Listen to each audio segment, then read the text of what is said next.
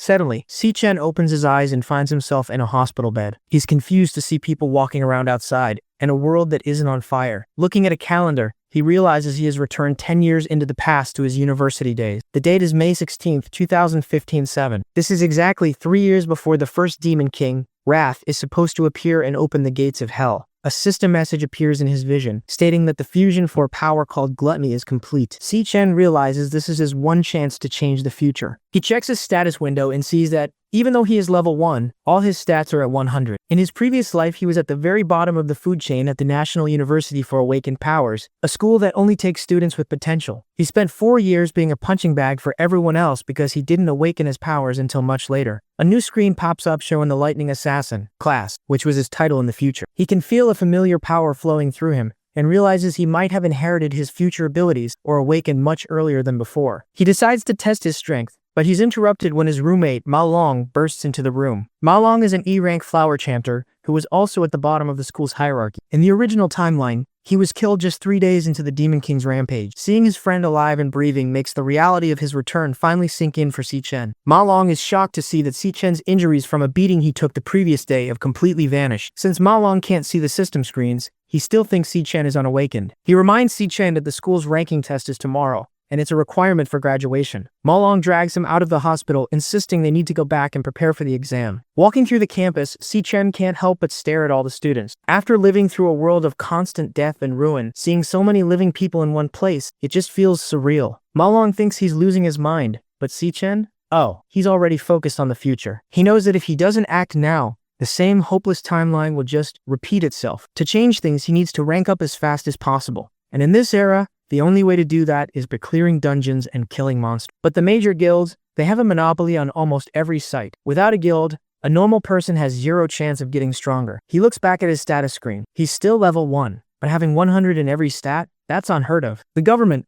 they use a ranking system from S to E to categorize everyone's power. Most students remain E rank their entire lives, and only those with talent or connections ever reach D rank. Si-Chen knows that based on his past experience, he's already far beyond a typical student. Just as he's thinking this, a basketball flies out of nowhere and slams into Ma Long's face, knocking him to the ground. A group of bullies, they're sitting on the nearby steps, and they start laughing at them. The leader, he mocks them for recovering from yesterday's beating so quickly, and demands they go buy 2 cases of drinks for his team. Ma Long is instantly terrified and starts apologizing, offering to go to the store right away to avoid more trouble. Si-Chen stops him, telling his friend that he isn't the one who should be apologizing. Looking at the leader Si-Chen, he starts to remember exactly who this guy is. Memories of their previous encounters flood back, you know? He recalls a time when these same guys, they dragged him into a restroom, held his head underwater in a sink while Ma Long, poor Ma Long, begged them to stop. The bully, he claimed he was just helping Si-Chen by giving him a nudge to finally awaken his powers. In that memory, Si-Chen eventually passed out from the drowning, and the bullies, they just walked away because they were bored. Seeing that same face now, Si-Chen realizes he's finally in a position to settle the score. As Si-Chen stands there, he thinks about how pure evil isn't something exclusive to the demon realm.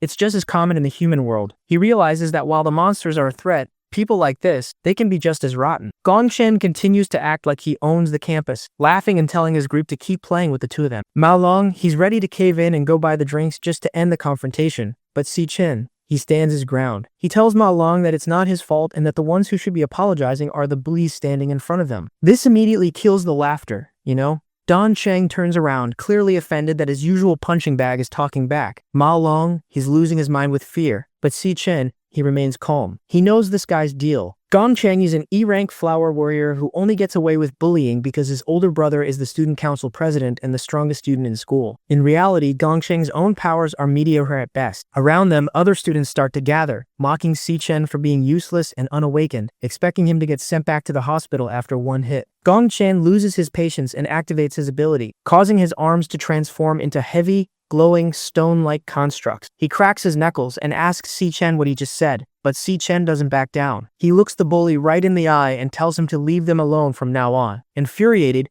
Gongchen swings a massive, powered-up punch, intending to teach Si-Chen another lesson. The impact creates a massive shockwave, but the result isn't what anyone expected. Si-Chen blocks the heavy blow with one arm as if it were nothing. Gong-Cheng recoils in pain, clutching his own arm, while the surrounding students stand there in total shock. They can't understand how the weakest guy in school just neutralized a powered attack from an awakened student with zero effort. Gong-Cheng hits the pavement hard, coughing up blood and struggling to catch his breath. He can't wrap his head around what just happened, so he tries to convince himself that he was just caught off guard by a sneak attack. He refuses to admit that he was simply overpowered. Meanwhile, the surrounding students, they're completely baffled, just staring at the visible lightning radiating from the guy they used to call a weakling. Frustrated and humiliated, Gong-Cheng starts screaming at his friends. He demands to know why they're just standing there watching instead of jumping in to help him. He wants them to back him up and put an end to this, but his crew is too paralyzed by what they just witnessed to move a muscle. They've never seen Si-Chen act like this, and the sheer pressure coming off him is enough to keep everyone in place. Gong-Chen loses his mind and charges at Si-Chen, screaming that he's gonna kill him. Si-Chen doesn't even flinch. He catches the bully's massive fist with one hand and tells him that he's pathetic. With a single lightning-infused punch, Si-Chen sends Gong-Chen flying across the area. The impact is so hard, it leaves Gong-Chen unconscious and bleeding against a concrete wall. Everyone watching is paralyzed with fear,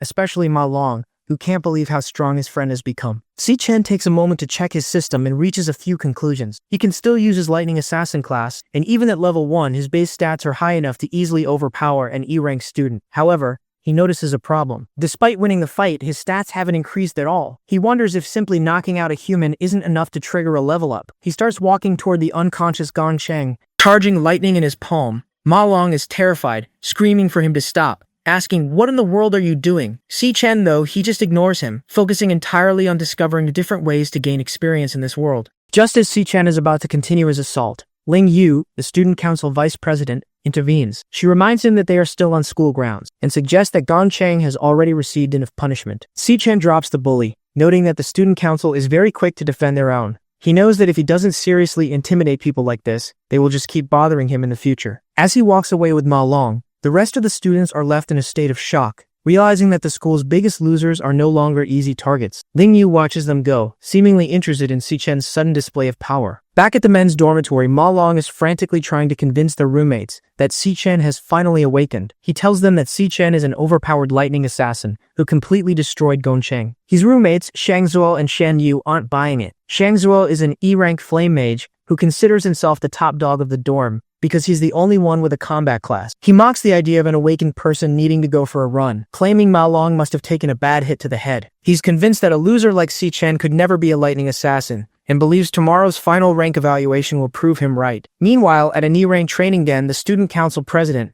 Gong Ting, finishes his workout. He is met by his brother, Gong-Cheng, who's now covered in bandages and just crying for help. Gong-Cheng claims that Si-Chen humiliated him in front of everyone and showed no respect for his brother's position. Gong Ting calmly tells him that he will take care of the situation. Later, while having a lavish dinner with Ling Yu, they discuss the academy's power structure. Ling Yu mentions that there are fewer than 10 D-rank students in the entire school, and that Gong Ting has already recruited all of them. She notes that ordinary students have zero chance of getting stronger because they don't have access to monster dungeons like the student council does. While the elites are busy having dinner, Si-Chen is out in the middle of a rainstorm. He's running 20 kilometers while carrying a 100 kilohertz load. He knows that even with his special system, basic physical training is the only way to build a foundation solid enough to handle high-level powers. He isn't worried about the opinions of his roommates or the threats from the student council. His only focus is pushing his body to the absolute limit to prepare for the ranking test and the chaos that is scheduled to begin in 3 years. An awakener's potential is directly linked to their physical strength. Si-Chen knows that only a powerful body can handle the true limits of a high-level class, so he pushes through his training in the pouring rain.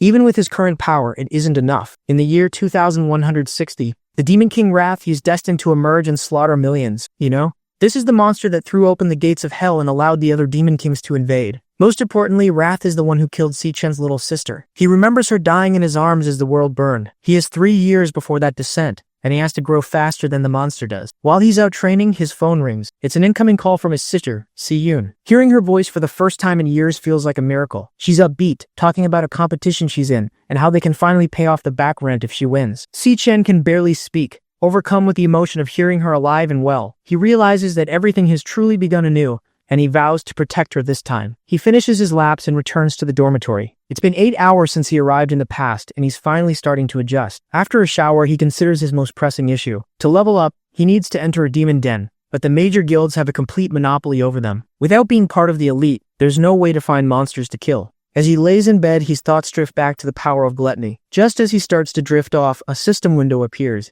initializing a process. Suddenly, his consciousness is pulled into a void. He wakes up standing in a sea of red water, staring at a massive, dark tower stretching into a purple sky. He was just in his bed a second ago, and now he's in a place he's never seen before. Si-Chen stands in a strange world of red water, staring up at a massive dark tower. He realizes he's somehow inside a monster dungeon. Suddenly, several E-rank monsters called Gravebounds emerge from the water. Even though he's confused, he doesn't waste any time. He switches to his Lightning Assassin class and starts clearing them out. He notices that killing these monsters actually grants him experience points and loot, something he couldn't get from fighting the bullies at school. Dealing with these weak monsters is a walk in the park for him. Within a few moments, he hits level 2 and then level 3. His status window shows that every stat has increased by 5 points. This is exactly what he needed, a private place to train where the guilds can't stop him. However, a new system message pops up over a dead monster labeled Devourer. He decides to test it out. As he activates the skill, the monster's corpse is absorbed into a glowing light and transforms into a card.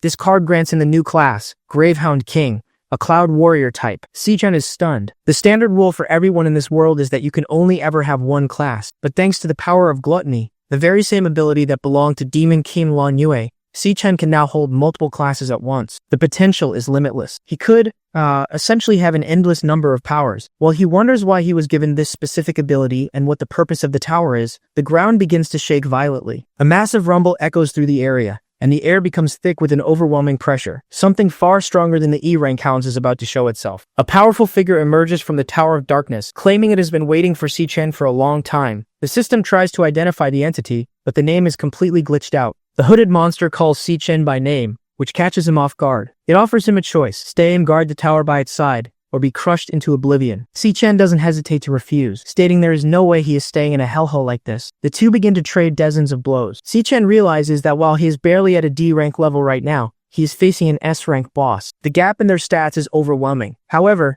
he notices that the monster is intentionally avoiding his vital spots. It's clearly trying to make him submit rather than killing him outright. Even under this intense pressure, Si-Chen remains calm and analyzes the monster's movements. He discovers a pattern, a 0.4 second wind-up before each swing, and a 0.2 second recovery window afterward. He decides to gamble everything on that tiny opening. Using his electro blade, he times a strike perfectly during the monster's recovery, successfully triggering a paralysis effect. It's only enough to hold the boss for a few seconds, but that's all he needs. He activates Godspeed, boosting his movement tenfold, and bolts toward a light source he spotted earlier. He thinks he's found the exit, but as he reaches for it, the light vanishes. The monster appears behind him, revealing that the light was just an after image it left behind. It tells him that the exit he's looking for doesn't exist, because this isn't actually a monster dungeon. The boss is impressed that Si-Chen can find a flaw in its technique and stay so composed while facing certain death. It then sheds its hood and reveals its true form, an S-rank star warrior, known as an abyssal fiend. Si-Chen is frozen in shock. This is the exact same form he saw on the Demon King Lan Yue in his previous life. The creature looks at him and calls him the one who will bring hope. The morning sun pours into the dorm room as a voice yells for everyone to wake up. Si-Chen jolts awake in his bunk, feeling the physical shift in his own body. He realizes that the entire encounter with the abyssal fiend wasn't just a dream. He has actually reached level 10 and acquired a legendary class. More importantly, he now holds the key to the Tower of Darkness. He knows that today is the day of the ranking evaluation, and he's no longer the same weak student who used to get bullied. As he gets out of bed, he prepares himself for the test that will officially reveal his new strength to the entire academy. Krang Di finishes his thought by leaning right into Si-Chen's face, telling him that all he smells is a loser outcast who won't ever amount to anything. He is trying to use his status as a D-ranker to make Si-Chen feel small before the evaluation even starts. Even with the officer breathing down his neck and insulting him, Si-Chen doesn't move or show any signs of being bothered. He just stays quiet, letting the bully think he still has the look away, maintaining a cold, steady gaze that suggests he's seen far worse than a schoolyard bully. Si-Chen wakes up back in his dorm room, confused about whether his battle in the tower was real. He checks his body and finds that all his wounds have completely vanished. When he pulls up his system, he sees he's actually level 10 now, with all his stats boosted to 150. He even has the loot and the Abyssal Fiend card in his inventory, proving he didn't just dream the whole thing. He wonders what kind of rank these new stats would give him in the real world. His roommate, Shang Zuo, comes over to act like a big shot. He heard the rumors about Si-Chen's supposed strength and warns him not to try and take his spot as the top dog of the dorm. Shangzhuo explains that while they are all E ranks, there are 3 tiers within every rank. He claims to be a mid-tier E rank, how E rank will fully control the dorm and sit with higher-ups in the dark, and see why brains make you laugh at his mask, making him far superior to low-tier losers like Si Chen and Ma Long. He is convinced that today's test will prove he is the only one in the room getting stronger. As they head to the ranking ceremony, Ma Long tells Si Chen to go for a D rank to shut everyone up. When they arrive at the ceremony grounds, they run into Gong Cheng's minions. The roommates expect another confrontation, but as soon as the bullies see Si Chen, they freeze in terror. Instead of attacking, they bow deeply and address him as Sir, showing they are still traumatized from their last encounter. This leaves Shangzhu and the others wondering if Ma Long was actually telling the truth about Si Chen's power. A student council officer named Chen Di approaches to talk trash. He mentions that Si Chen is the one who messed with the president's brother. He leans in close, claiming he can smell a person's strength, and tells Si Chen that he only smells like a loser who will never amount to anything. Si Chen doesn't flinch and simply asks if the guy is a dog. Just before Qiang Di can lose his temper, the student council president, Gong Ting, steps in. He tells his officer to stand down, admitting that his younger brother was at fault and deserved what happened. The ranking assessment finally begins. The head scientist explains that students will enter an artificial dungeon to unleash their energy against a magical core. This core measures their current output and sends the data to a public screen. Shangzhu is called up first. He enters the portal and blasts the core with his flame magic. The machine processes his power and confirms he is still a mid-tier E rank. The crowd waits for the most important part of the data, the potential stat. This measures the highest rank an awakener can possibly achieve in the future. Shangzhuo's potential is revealed to be C rank, which is high enough to get special attention from the government. Despite the good potential score, Shangzhuo was visibly frustrated that his actual rank didn't improve to D rank after 2 years of training. Ma Long tries to comfort him, pointing out that most of them will likely score even worse. Shangzhuo and Ma Long both receive E rank low-tier results with C rank potential. Ma Long tries to look on the bright side, telling a depressed Shangzhu that D-rank students are rare and there might not even be many new ones this year. However, the mood shifts as more talented students begin to step up. Shangzhu eventually exits the portal, boasting a D-rank low-tier result and an impressive A-rank potential, proving he is more than just a loudmouth. The atmosphere reaches a fever pitch when the student council president, Gong Ting, is called to the stage. As the heir to the Imperial Guild and the top student in the school's history, everyone is eager to see his limit. Inside the artificial dungeon, Gong Ting prepares to strike the core. He deliberately decides to suppress his power. He's planning to save his true reveal for the graduation exams, to make a bigger impact. But despite holding back, his results are historic. The display shows he is a D-rank high tier with S-rank potential. The crowd, it erupts in cheers, and the scientists immediately decide to report these results to the higher-ups, because an S-rank potential, that's considered a national treasure. Watching from a private balcony, Headmaster Yuan Long asks Ling Yu if she came specifically to see the president's record-breaking performance. She just smiles and admits she's actually more interested in the results of a different student. Right as the excitement from the president's turn begins to settle, the announcer calls the next name on the list. Si Chen steps forward, looking completely calm as his name echoes through the stadium. Qiang Di, he mocks the group, calling them, a dorm full of E-rank losers who will just humiliate themselves at the graduation exam. Ma Long shouts back, telling the officer to wait, cause Si Chen, he'll make him eat his words. Si Chen enters the assessment portal while the roommates and student council members watch. Inside the chamber, Si Chen, he faces the magical core, a biological device used to measure energy. Joining a top guild, like the Imperial Guild, is the only way to have a successful future, and the upcoming graduation combat exam, that's the best place to prove one's worth. The exam uses 10-man teams, and the winning team, they get recruited by the Imperial Guild immediately. Qiang Di introduces a new D-rank member to Gong Ting, completing their elite 10-person squad. They're confident they have the strongest team, while Si Chen's group, it's viewed as the weakest. Outside, everyone waits for Si Chen's results. As time passes with no data, students start to leave, assuming he's too weak to even register a rank. Gong Ting prepares to head out as well, but then, the screen begins to flicker. Suddenly, it displays a D-rank, high-tier result. Ma Long, he celebrates wildly, while Gong Ting and his officers look on in disbelief. Inside, the system alerts Si Chen of an abnormality. He realizes his level 10 base stats are already equal to a high-tier D-rank, without using a class. He decides to switch to his weakest class, the Gravehound King, just to see what happens. The screen outside updates again, jumping to C-rank mid-tier. The crowd, they go into a frenzy, unable to understand how his rank is rising. Gong Ting, he's confused, and the scientists, they assume the machine's having a system error. Si Chen, he decides to test his full power, and he switches to the Abyssal Fiend class. This causes the core to react violently, sending a massive purple vortex into the sky above the university. Everyone looks up in terror at the phenomenon. The screen starts flashing warnings because the potential rank it exceeds the system's maximum bounds. Seconds later, the magical core explodes, sending a shockwave right through the stadium. The scientists they rush inside to find the core is shriveled up and, well, died. Si-Chen stands there, realizing he pushed the device too far. However, he uses his gluttony power to devour the remains of the core. He successfully acquires an A-rank skill called Delicate Magical Core, which allows him to see the ranks and threat levels of everyone within 100 meters. He tests it immediately and sees that Gong Ting is actually a C-rank high tier who has been hiding his true strength. The scientists announce that the day's testing is suspended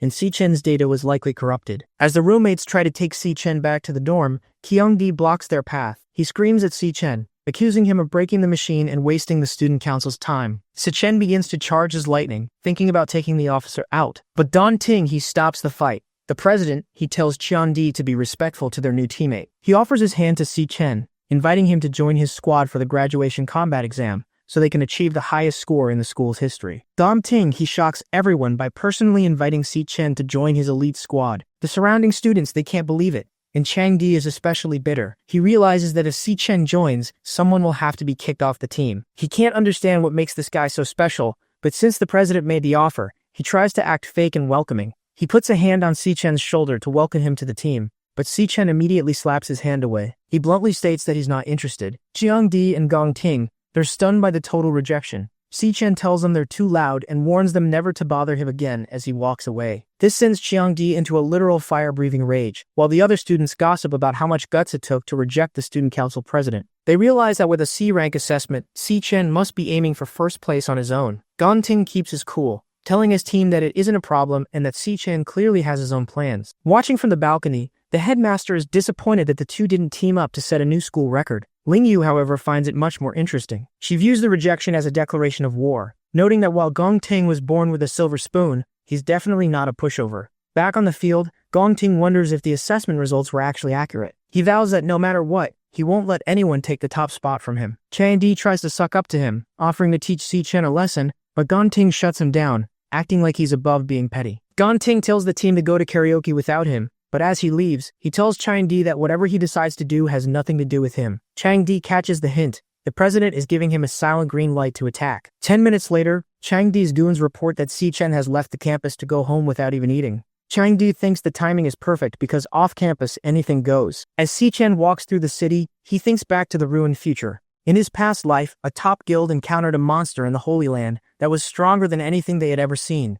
Wrath. The guild was completely wiped out, and Wrath descended to destroy the human world. To prevent this, Si-Chen needs to find that dungeon as soon as possible, but he needs a massive amount of money to start his plan. He heads to the Mithril Monster Exchange, the nation's largest resource hub. He approaches the counter and drops several monster fangs. The male clerk is dismissive, wondering how a student got these and calling them junk once he realizes they are E-rank Gravehelm fangs. He's more interested in VIP clients and hands the trash order off to a newbie clerk named Miss Lee. Si-Chen receives 18,000 for the fangs, which is enough to cover his rent for now. But then, he reaches into his inventory and pulls out a massive, glowing greatsword. He asks for an appraisal, and Miss Lee is completely stunned by the quality, guessing it's at least a B-rank or maybe even an A-rank weapon. The arrogant male clerk laughs at her, claiming A-rank gear is worth millions and that a broke student couldn't possibly have anything that valuable. Suddenly, a well-dressed man enters and corrects him. He explains that the gear isn't A-rank. It's an S-rank piece of equipment from the Abyssal Lands. The clerk's jaw drops in horror as the man approaches Si-Chen. He shakes his hand, stating they are honored by his patronage, and personally invites him to the VIP lounge. Si-Chen smiles, knowing his plan worked. He recognizes the man as King Zi,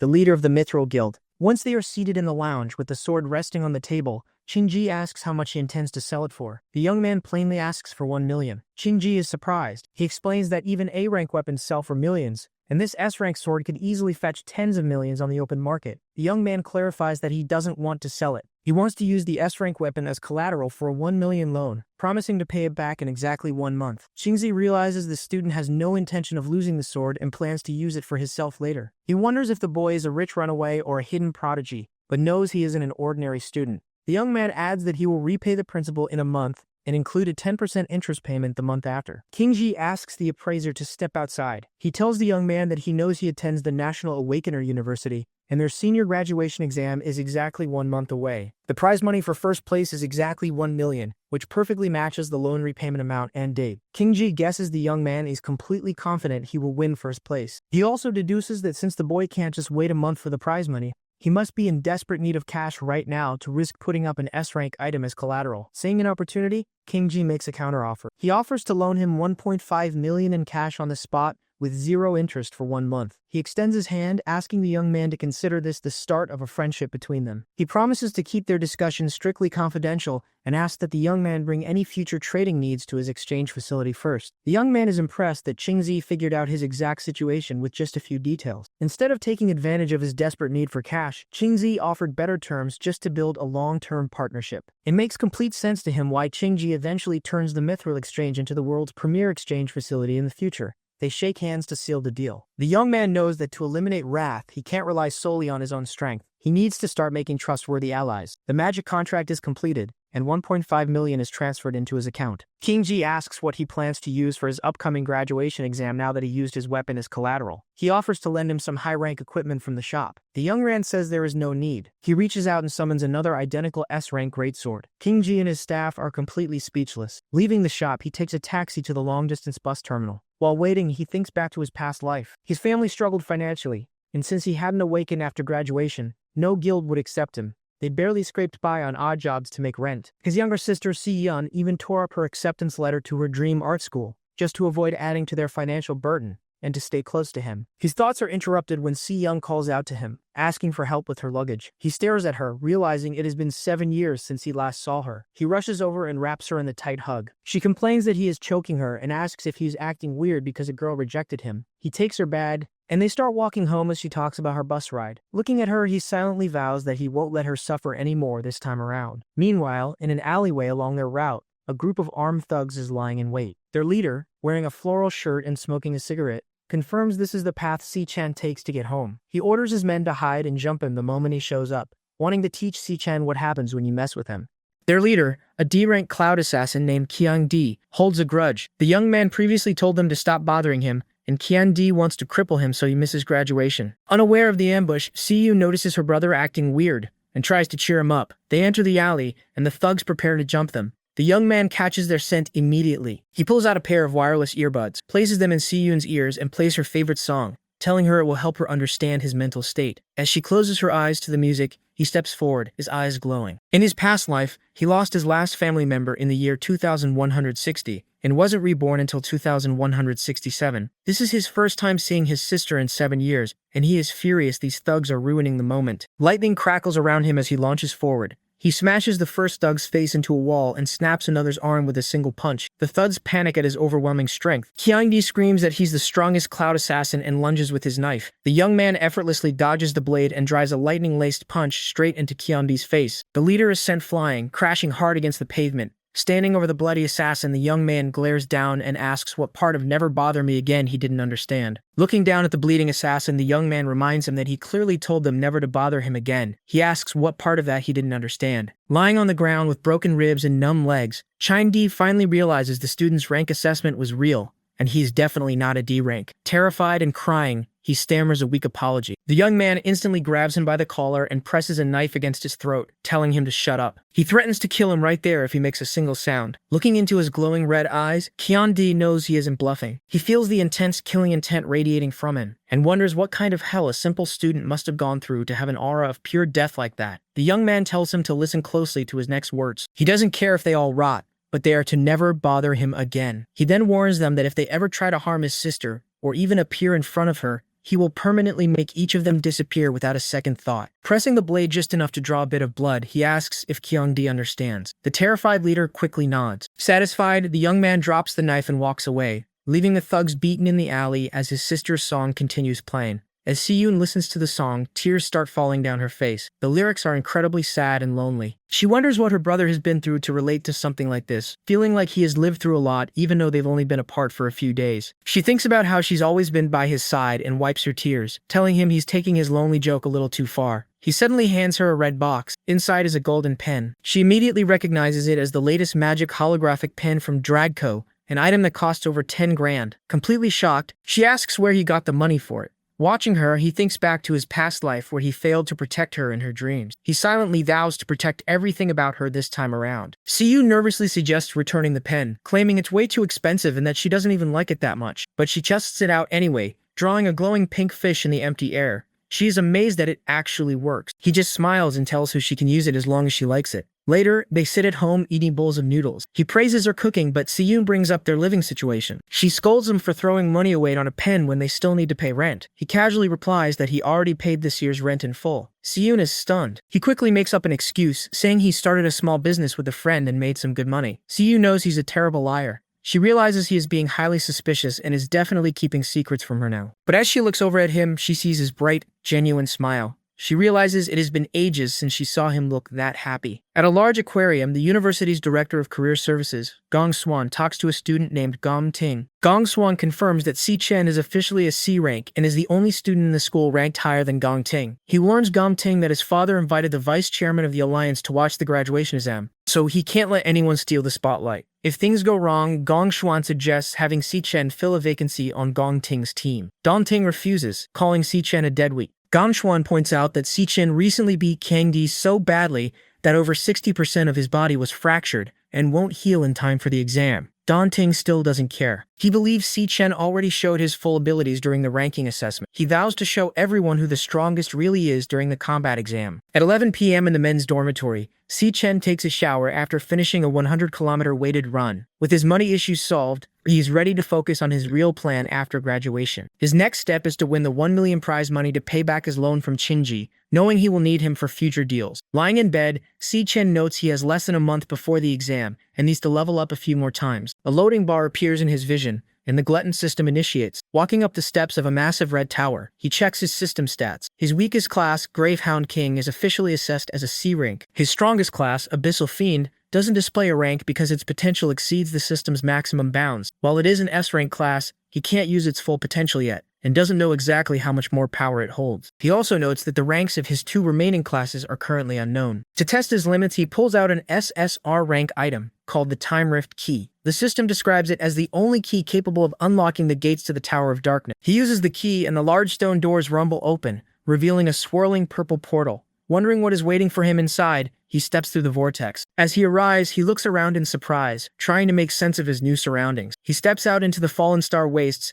and immediately drops to his knees. The surface gravity here is insanely high, roughly 10 times normal. The door behind him vanishes. To reopen it, he figures he has to kill the floor's boss. Right now, he can only use about 30% of his strength in this environment. A B-rank monster called the Phantom Lion appears. He quickly switches to his Lightning Assassin class and summons an electric blade. When the lion lunges, he tries to counter with a vital hit to paralyze it, but his attack misses completely. The extreme gravity makes his body feel incredibly heavy, severely impacting his speed and precision. The assassin class is virtually useless here. The lion easily tackles him to the ground. Realizing he needs a different approach to deal with the monster's strength, he switches classes again, this time to the Purgatory Rakshasa. As a warrior class, it gives him massive bonuses to his strength and stamina. Using his new stats, he effortlessly punches the lion off of him. He then activates his gravity manipulation skill, stacking gravity on his fist to the absolute max to increase his downward impact force. His power surges as the gravity multiplier climbs rapidly to 200, 400, and then 600%. With gravity stacked to 600%, his punch is amplified 60 times. He slams the Phantom Lion into the ground,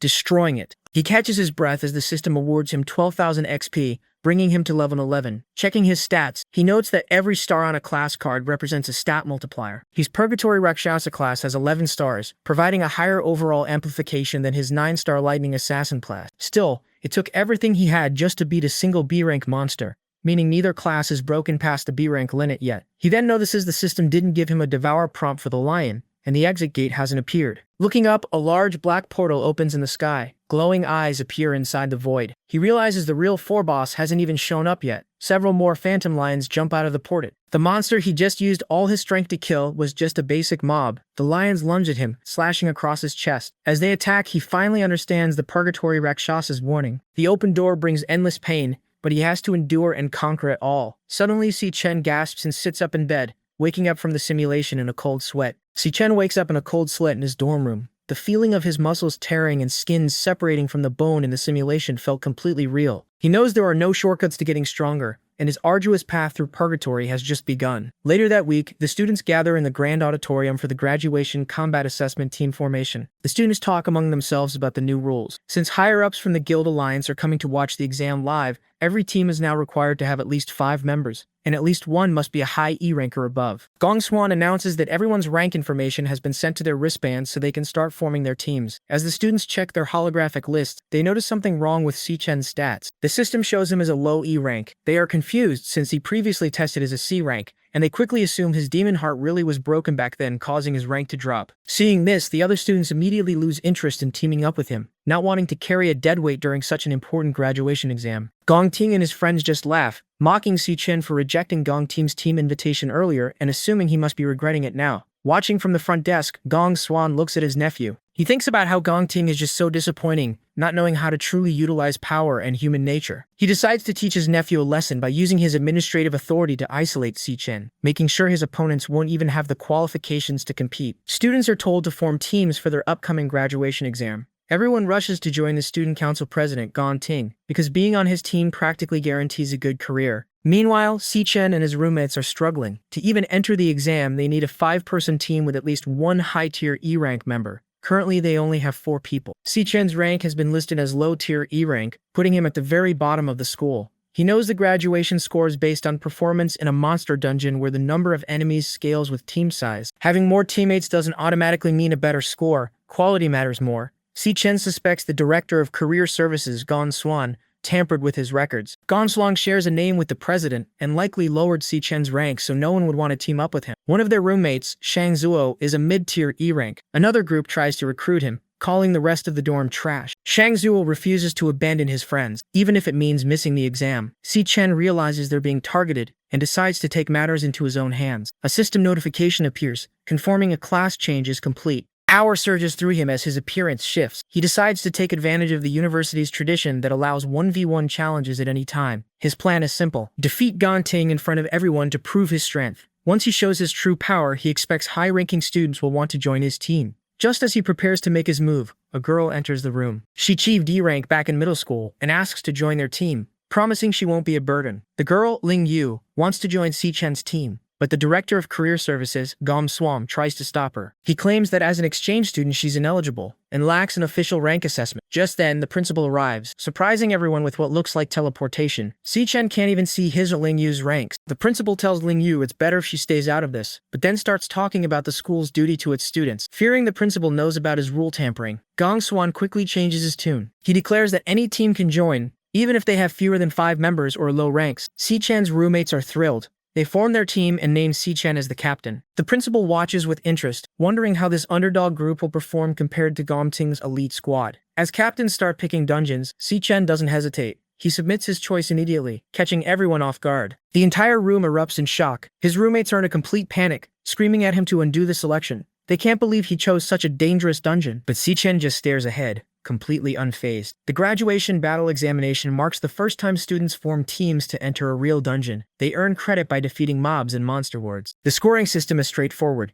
10 points for a full clear, 20 points for slaying the boss, and another 20 for finishing within an hour. Different dungeon ranks have different multipliers. An F-rank dungeon offers a max score of 75 points, while an E rank offers 100. The rewards are life-changing. Every member of the highest-scoring team gets an offer from the Imperial Guild. The class MVP is appointed to a management position within that guild and receives a prize of 1 million yuan. Historically, the highest score ever recorded was 90 points, set by a genius who now leads the Imperial Guild. In the lecture hall, students discuss their strategies. An E-rank dungeon is considered very tough, requiring at least 3 D-rank students to even stand a chance. Most expect Gong Ting's talented team to be the ones to challenge the all-time high record. Suddenly, a notification pings. A team has already submitted their choice. It's Si Chen's team, and they selected a D-rank dungeon. The room falls into a state of shock. No student has ever beaten a D-rank dungeon before. Si Chen's teammates are losing their minds, asking if he's gone crazy or just pressed the wrong button. Si Chen remains completely calm, simply stating that he has thought this through. Moments later, another notification sounds. Gong Ting's team has also selected a D-rank dungeon,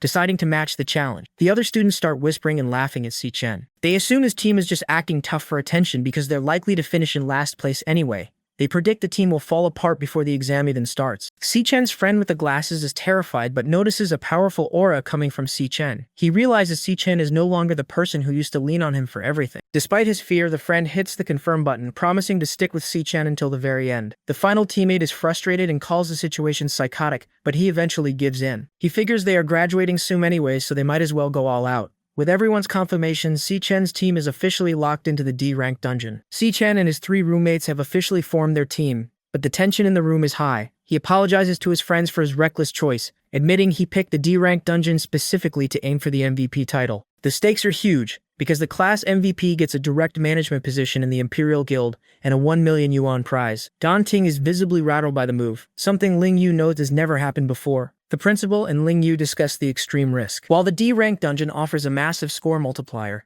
the difficulty is several times higher than what students usually handle. Ling Yu points out that even a C-rank awakener would find it impossible to solo. With only a month left, most teams are staying in the combat simulation rooms to practice their elemental abilities against digital monsters. Si-Chen decides to ignore the simulators entirely. Instead, he forces his roommates into a brutal physical training schedule, involving dodgeball, sprints, and shuttle runs. They complain that this isn't a triathlon, but Si-Chen explains his reasoning. Simulations are just theory. In a real dungeon, fear takes over, and instincts are what matter most. He is training their endurance and reaction speed, so they can survive when their powers aren't enough. He reminds his team that nobodies, like them, don't have the status or privilege to train in real dungeons like the elite students do. The graduation exam is their only chance to break through the social barrier and surpass those born into power. He is determined to fulfill his promise to them and get them into the Imperial Guild. Staring down the path ahead, Si-Chen tells his team they will absolutely win. The live stream of the examination is about to begin. A total of 184 students are participating,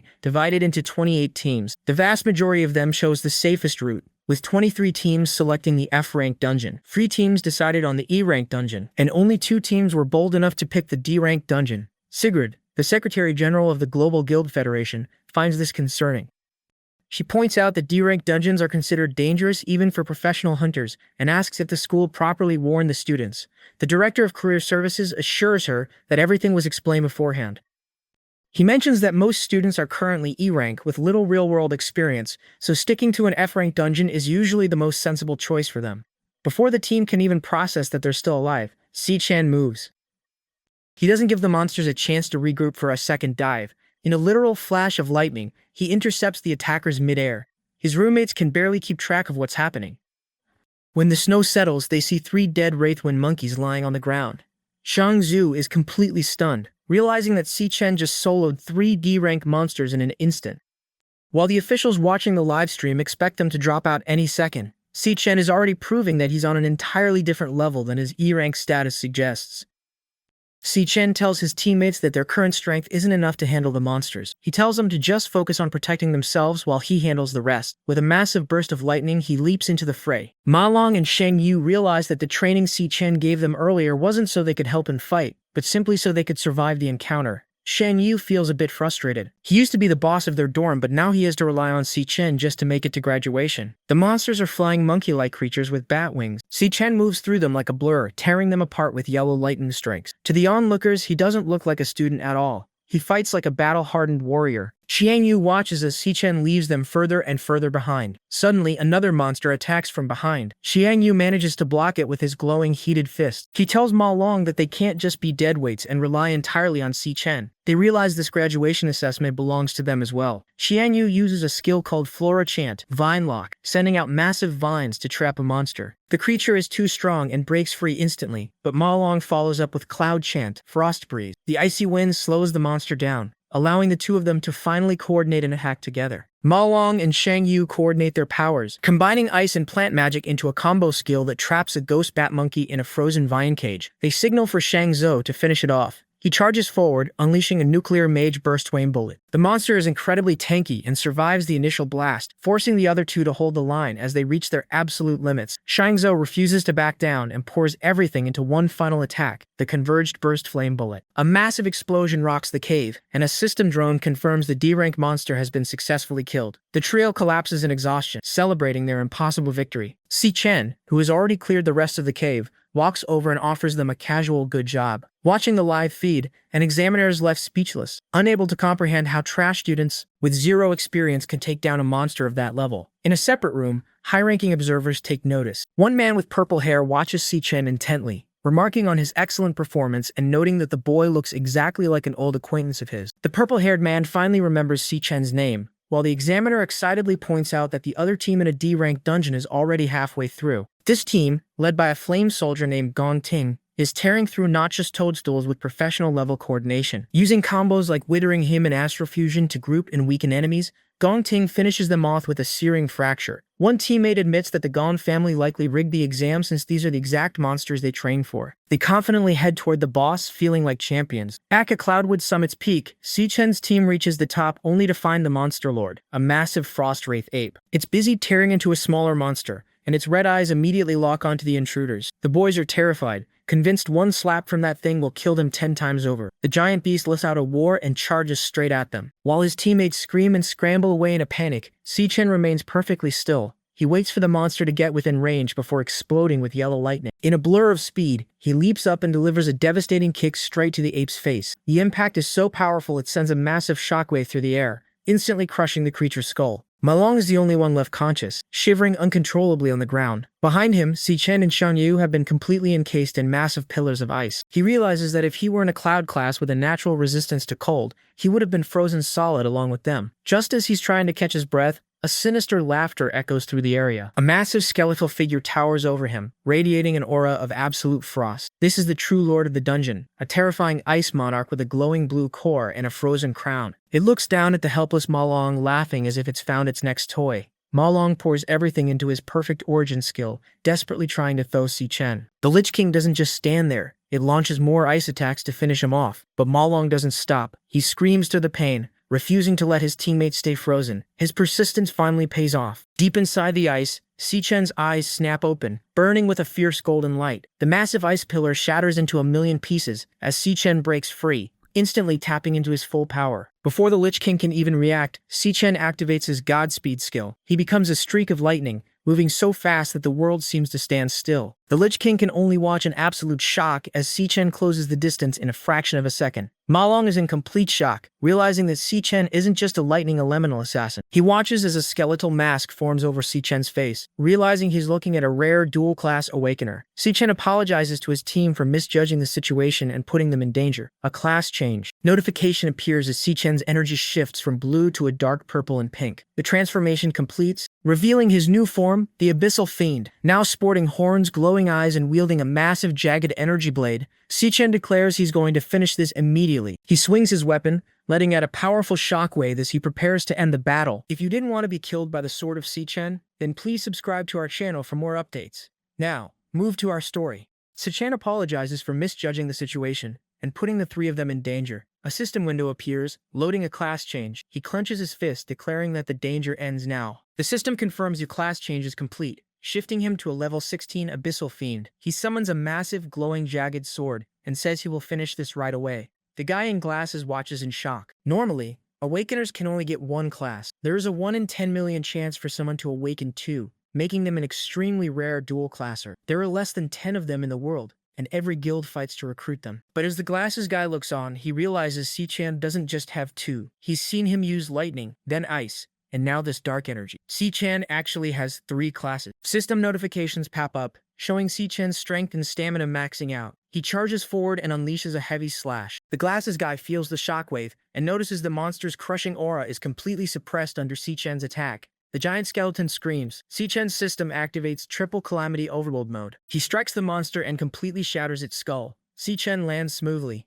The system gives him 5,000 experience points, leveling him up to 17. The boss drops an item called Frostbone Skewers. The glasses guy walks up, saying he should have known Si Chen could easily one-shot a C-rank monster lord. Then he suddenly remembers their other 2 teammates are still frozen. He asks Si Chen if he has the energy to defrost them, but then panics and runs off to check on Shang Zhuo and Shan Yu himself. While he runs off, a Devourer notification pops up over the shattered skull. Si Chen holds his hand out toward the remains and the system begins devouring it. The devouring process finishes and the system rewards Si Chen with a new class, the Frostbound Lich King, a Cloud Mage type. He realizes this is the first time he's gained a class outside of the Dream Realm. He also remembers that his Arctic Nova attack froze their recording Robocam earlier. That means the examiners watching didn't see him use multiple classes. Figuring they still have plenty of time to get a perfect score, he's suddenly interrupted by another system prompt. His Lightning Assassin class reaches 100%, and he levels up. He gains 1 star point that can be allocated to his stats, leaving him a bit surprised. Meanwhile, Team Gong Ting is struggling in a high-risk D-rank dungeon called Gloombind Grotto. They are fighting a dungeon lord,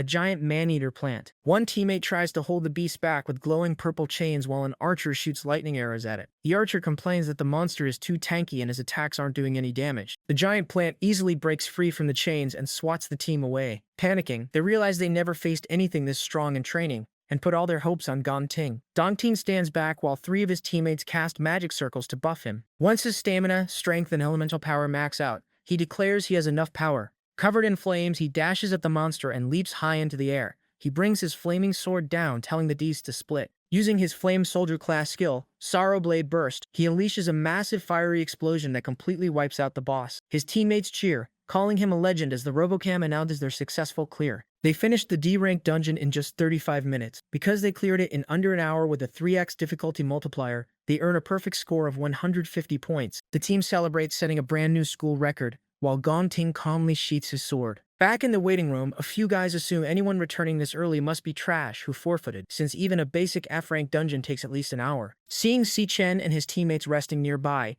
the guy with the earring walks over to mock him. He laughs, saying they chickened out and couldn't even finish the assessment. Before he can say anything else, his group calls him back because the vice chairman has arrived. The vice chairman walks into the room clapping, praising the outstanding performance he just witnessed. The earring guy and his friend stand at attention, but they are stunned when the man walks right past them and stops directly in front of Si Chen. The vice chairman calls Si Chen remarkable for clearing a D-rank Devil's Cave in just 21 minutes. He points out that even fully fledged professional guild teams would struggle to get a time like that. Hearing this, the earring guy is completely dumbfounded that Si Chen's team actually beat a D-rank, let alone so fast. Behind Si Chen, his teammates just smile confidently at the reaction. Si Chen recognizes the man as Carl Cavendish, the vice chairman of the World Guild Alliance. Since he is arguably the second most powerful person in the world, Si Chen wonders why he is here. Carl confirms Si Chen's name and notes that his trip wasn't a waste of time after all. Almost as an afterthought, Carl turns back and casually mentions that the Gon family's young master also did well leading a team to clear a D-rank. He compliments Guildmaster Gong Lin for teaching his son right. Gong Lin politely accepts the praise, but his expression looks visibly tense. Carl notes that it's getting late and he should head back. Someone nearby tells the principal he really hit the jackpot this time to find a pair of prodigies rarely seen in a millennium. The principal clears his throat and steps forward to announce the results. Since there is a tie for a perfect score, he announces that both teams are tied for the championship.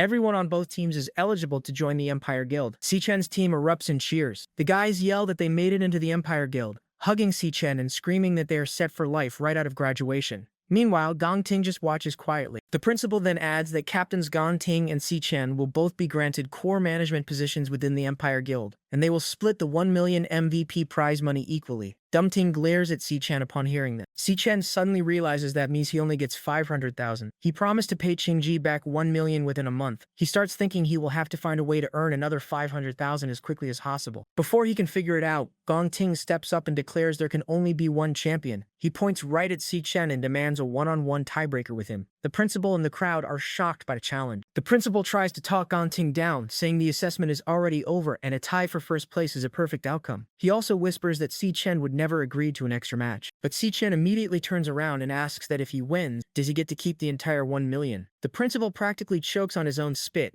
Gongting scowls and tells him if he can beat him, he can take it all. Carl Cavendish smiles, finding the situation very interesting, and noting that the performance hasn't ended just yet. The two face off, ready to fight for the top spot and the full prize. Qingzi is sitting in an opulent room, telling Si Chen he didn't expect him to completely shatter the record with a perfect score. He points out that Si Chen is all over the news, which proves his decision to loan him money was a wise one. He tells him he doesn't need to pay back the 1.5 million, calling it an angel investment. Si Chen firmly declines, saying a debt is a debt and he must repay it. Qingji looks slightly surprised but listens as Si Chen explains why he came. First, he asks for a 1-week extension on the repayment deadline. He explains that since the graduation assessment ended in a tie, he received 500,000 less than expected. He then mentions he will be having a one-on-one tiebreaker with Gongting in a week, in a wild devil's cave outside the school. Hearing this, Qingzi looks shocked. He asks if they are really going into a wild devil's cave, pointing out that neither of them has professional guild training and it's far too dangerous. Si Chen tells him not to worry. Once he wins the tiebreaker, he'll get the remaining 500,000 and will give Qingzi all the materials he gets from the cave as interest for the extension. Qingzi thinks to himself that Si Chen wasn't show any fear about the danger. Instead, he's only focused on his debt and interest. He takes a sip of water, noting that Si Chen truly is extraordinary. Then Si Chen mentions he has another, more important reason for coming today. At Qingshui Middle School, The final exams had just finished. A girl named Xiao Yun stretches and cheers that summer vacation is starting. She looks at her phone lock screen, which is a picture of her and Si Chen. She realizes today is his graduation assessment. 4 years ago, Si Chen showed her his admission letter to the National Awakener University. He was thrilled that they detected elemental potential in him. Xiao Yun asked if he would become an awakener just like their parents. He promised that he would join a top guild, make tons of money for them, and maybe even uncover the truth behind their parents' disappearance. She told him he was amazing and would definitely become a great awakener. But as time went on, Si Chen never awakened. He worked harder than anyone else after getting into the university, but in the end, he was the only one who failed. Xiao Yun thinks about how lonely he must have felt watching everyone else awaken while he didn't, but he never showed it to her. Her friend runs up to her, excitedly asking if she heard the news. She says the National Awakener University produced 2 genius graduates this year, who both led their teams to perfect scores. They even got praised by the vice chairman of the Guild Alliance. The friend says it's all over the news and then remembers that Xiao Yung's brother goes to that school. Xiao Yung looks down a bit sadly. Suddenly, a voice calls out to her. A guy with pink hair steps forward, saying good afternoon to Xiao Yung. Both girls look surprised to see him. The pink-haired guy invites Xiao Yung to a private penthouse room at 8 p.m. Xiao Yun ignores him, looking annoyed, and quickly walks away with her friend. He calls out, asking why she's walking so fast. In her mind, she's just thinking about how her brother's classmates are on the news for getting perfect scores, while he couldn't even awaken. Imagining him crying alone breaks her heart, so she decides to hurry home and cook a huge feast to cheer him up. That night at their apartment, Si Chen sits down to a table completely covered in food, including a massive hot pot. He's surprised and asks how she had time to make all this. As they eat, the evening news plays on the TV in the background, reporting on the university's graduation assessment. It mentions Vice Chairman Carl Cavendish visiting the scene. Su Chen just smiles and keeps eating his food. Xiao Yun watches him sadly, assuming he's just forcing himself to act tough to hide the pain of failing his assessment. Then the news anchor reports that the assessment ended in a highly rare dual champion outcome, with 2 geniuses leading their teams to perfect scores. The broadcast shows Carl Cavendish praising the students and specifically naming one of the team leaders, student Si Chen. Xiao Yun freezes, her eyes going wide in absolute shock as she realizes her brother is the one with the perfect score. Meanwhile, in a dark room, Gong Lin stands holding a bloody whip over his son. Gong Ting is battered, shirtless, and bleeding from several fresh cuts. His father scolds him, saying he set up the stage and invited the audience, yet Gong Ting still botched the performance. He didn't win, and instead lost to some no-name brat. Dong Lin tells his son that from now on, he doesn't get to make his own decisions. He has already arranged everything for the combat tiebreaker in a week. Since Gong Ting couldn't get it done himself, his father is going to do it for him, by any means necessary, declaring that first place can only belong to the Gon family. The news broadcasts a report about the National Awakener University combat exam. 2 students led their teams to a perfect score. Vice Chairman Cavendish is on TV praising the results and giving special recognition to one student in particular, Si Chan. Watching the broadcast, a girl with braided hair freezes. She turns to the guy and asks if the Si Chan they just mentioned is him. Casually eating his meal at the table, Si Chan simply says yes and asks what about it. His sister drops her spoon in shock. She starts crying tears of joy, completely stunned that her own flesh and blood actually managed to pull off a perfect score. Si Chan just stares back at her calmly. Meanwhile, Vice Chairman Cavendish is enjoying premium Wagyu beef at a high-end restaurant. He asks his subordinate, Kite, for her report. She slides a top-secret file labeled The Glutton across the table. She reports that for the past year, the target hasn't left a single footprint behind. Cavendish figures it might already know they are watching and tells her to eat. But Kite brings up one more thing.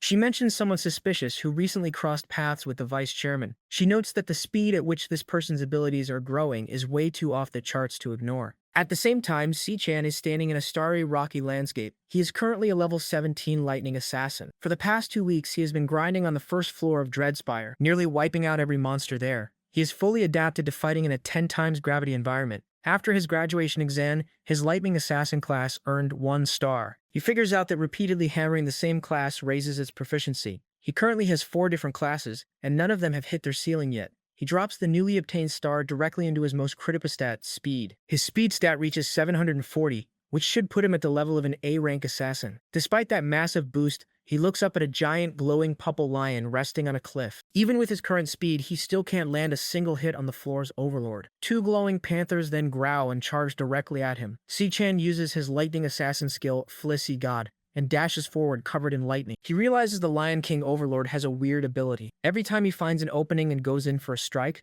the lion blinks out of existence. It reappears next to whichever lioness is the farthest from him. They constantly shift positions, but their formation never changes. 2 lionesses always stay at close range to keep him busy, while the other 2 hang back on standby. The Lion King always stays at maximum distance. Si-chan realizes it's an overlord that lets everyone else do the dirty work. He wonders what class the Lion King is. He charges in with a lightning strike, but the panther dodges. He swings again, but the beast blinks out and pops up right beside the lion. The second he stops moving, another lioness charges in to bait him into attacking. Their coordination is perfect. One attacks, vanishes, repositions, and then another attacks. It is an endless loop meant to grind him down. Bruised and out of breath, Si-chan realizes the Lion King is literally playing with him. Suddenly, he gets an idea. He jumps high into the air to dodge a panther. He asks himself why he's even trying to beat them at their own speed game. Realizing he doesn't need to play their speed game, Si-chan decides to switch tactics. If they won't meet him head-on, he'll just tear them apart from a distance. He switches his class to his Cloud Mage form, the Frostbone King. Mages might be glass cannons up close, but at range they own the entire battlefield. He rains down a massive barrage of ice specks, covering the area. The relentless area of effect attacks leave the beast with no room to dodge, forcing them right into his kill zone. Once they are grouped up, he drops a Frost-Blessed bomb. The massive icy explosion leaves them with no corner to hide in, freezing the Lion King and its minions completely solid. With his targets immobilized, Si-chan switches classes one more time to his Stellar Warrior form. He activates Triple Cataclysm in Crushing mode,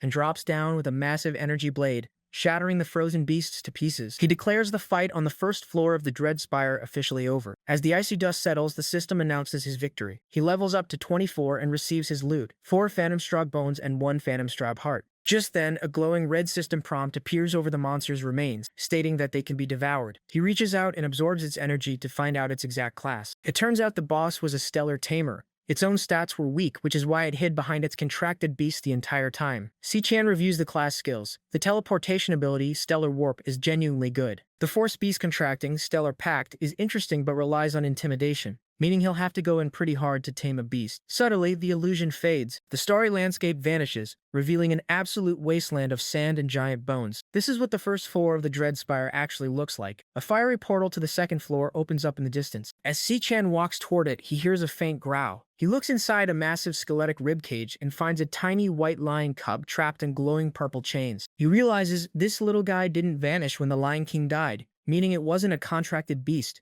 The Phantomane Lion King must have locked it up here. Si-chan uses his lightning to shatter the chains, freeing the cub. He tells the little guy that this wasteland was its home, and gives it back its freedom. Knowing exactly what it feels like to be trapped, Si-chan tells the cub to stay alive and keep going. He turns around to head down to the next floor. Just then, a system notification buzzes. A beast contract request is incoming. Because the little lion initiated the request itself, the recruitment success rate is a guaranteed 100%. And it unlocks 2 new passive skills. The first passive allows Si-chan to boost the contracted beast stats, and any experience the beast earns is returned to him in equal measure. The second passive gives him access to the beast's live field of vision if it is ever in danger. Si-chan turns around in surprise. The little cub, identified by the system as Lion King Leo, is staring up at him, requesting to enter a contract. The system asks if he accepts. Si-chan looks down at the cub and asks if it really wants to come with him. The little lion eagerly nods with a small roar. Si-chan smiles and accepts the contract. The system confirms the contract is complete and activates his new passive skills. Si-chan smiles and Si-chan. With his new companion happily floating beside him, Si-chan tells Leo it's time to go. They walk toward the fiery portal leading to the second floor. Out of nowhere, a massive red slash tears straight through Si-chan's chest. Si-chan wakes up gasping for air in his own bed, drenched in sweat. He realizes he died right before entering the next floor, and wonders what that sudden red attack was. Still processing his sudden death, his stomach growls, and he decides he just needs some food. He sits at the table eating a bowl of ramen while his sister gets ready to leave for the day. She asks if he has his university interview today, complaining about how annoying the National Awakener University process is. Sumire confirms his interviews at 2 p.m. He pauses to look at a framed photo of the two of them. He thinks about how much she has supported him over the years and is glad he finally has the strength to support her back. He sits down with his tablet and notes that his current classes are capped at level 30. Si-chan looks at his tablet and sees a system message stating that his current classes are capped at level 30. He is surprised by the sudden restriction. Before he can think much about it, a dark purple portal opens right above him. The little white lion cub Leo drops directly into his lap. The cub immediately starts running around, tearing up the living room cushions and making a huge mess. Sumire checks his system again and reads the description for his second passive skill. It states that if his contracted beast is ever in danger, he gains access to its live field of vision, which explains the sudden teleportation. Si-chan remembers his sister loves cats and knows she is going to freak out when she sees the little guy. Ignoring the mess for now, he sighs and heads to the bathroom to take a shower. Meanwhile, in a dark location, a heavily bleeding man gasps for air. He begs his brother to save him, his eyes wide with terror as a red glow reflects in them. Suddenly, a sharp green blade slices through him, landing a critical hit. At the same time, Si-chan's sister is walking down the street, struggling with heavy grocery bags. She complains to herself about the weight and thinks about how they need a car soon. As she walks past a dark alleyway, she hears a strange noise. She stops and turns to look inside the shadows, calling out to see if someone fell in there. Instead of someone hurt, a guy steps out holding a massive bouquet of red roses. Jin Do-chin. He tells her she is finally here and calls her Xiao Yun, saying he has been waiting for her. Jin tells her she left school in a rush last time and completely missed his invitation for a date, trying to impress her. Xiao Yun just stands there in silence. Xiao Yun ignores the invitation and asks how he found out where she lives. Jin brags that his dad is the director of the first hospital, so pulling a few strings to track her down was easy. Unimpressed, Xiao Yun states they're from completely different worlds and tells him never to look for her again. As she walks away, Jin gets angry. He aggressively grabs her wrist and yells, demanding to know if she has any idea how much effort it took to rent out that floor, complaining that he even invited a bunch of friends and that her not showing up would be completely disrespecting him. Xiao Yun glares right back, asking why she owes him any respect. She bluntly tells him that staking out her home like this is incredibly creepy. That sets him off. His expression darkens with rage as he angrily asks who she thinks she is. He yells that he tries to be nice. Without hesitating, Xiao Yun pulls back and headbutts him directly in the face, smashing his nose and sending him reeling backward. With Jin on the ground clutching his bleeding face, Xiao Yun yells at him to go get his brain checked at his dad's hospital first. She turns her back on him and walks away, telling him to stop bothering her and complaining that he completely ruined her mood. When she finally gets back home to her apartment, she is immediately greeted by the little white lion cub Leo, who looks up at her excitedly with wide eyes. Xiao Yun immediately picks up the cub. She rubs her face against the little guy, completely obsessed, and asks Ash where he bought such an adorable magical beast. Ash casually tells her his name is Leo, and that she will be taking care of him from now on. Thrilled, Xiao Yun excitedly asks if she really gets to raise a little lion. Xiao Yun pets the purring cub and notices something unusual. She points out that Leo is tiny but already has a long mane, even though usually only adult male lions grow them. She quickly brushes it off, deciding she will just get a magical beast adoption lessons tomorrow to officially register him. Ash watches them with a smile. Seeing how fond his sister is of Leo, he is relieved knowing he won't have to worry about her safety at home anymore. Just then, Ash's phone dings with a notification. He picks it up and checks the screen. It's an email from the guild supervisory bureau. The message states that after a rigorous review, a submitted application has officially been approved. Reading the email, Ash smiles, knowing his plan can now proceed smoothly. With his plan in motion, his next goal is set. He just needs to win the tiebreaker 6 days from now. 6 days later, the day of the tiebreaker assessment arrives. Out in the outskirts of Greenlight Forest, an official gathers the two candidates to announce the details. The school board has decided that the test will take place inside the Wild Devil's Cave. According to their equipment surveys, the cave is classified as a D rank zone. The candidates stand ready in front of a glowing green portal located at the base of a massive tree. As agreed, Si-chin and his opponent will take the assessment together inside the same Devil's Cave. Since the inside of a wild cave is completely unknown, the risks are much higher than normal school tests. To handle this, 3 senior guild raid team members from the Dongshin Nation have been brought in as examiners. They will follow the two candidates into the cave to protect them and score their performance in real time. One of these examiners is Ivan, a C-rank floor chanter from the Empire Guild. The other 2 examiners are C-rank nuclear shooter from the Divine Eye Guild and Yuta Sato, a C-rank star warrior from the Yinfang Guild. The official reminds the candidates that their final results will be decided entirely by the scores these 3 give. Meanwhile, a man with sunglasses watches the group through a monitor from a remote room. He smirks, thinking to himself that the 3 examiners better do their jobs well and make sure everything is taken care of without leaving a single trace. Elsewhere, a subordinate asks the vice chairman why he is still in the Dongshin Nation when his itinerary ended 2 days ago. Watching Si-chin and Jin Duok-sin on the monitor, the vice chairman simply smiles. He explains that nothing could be more interesting than what is happening right now,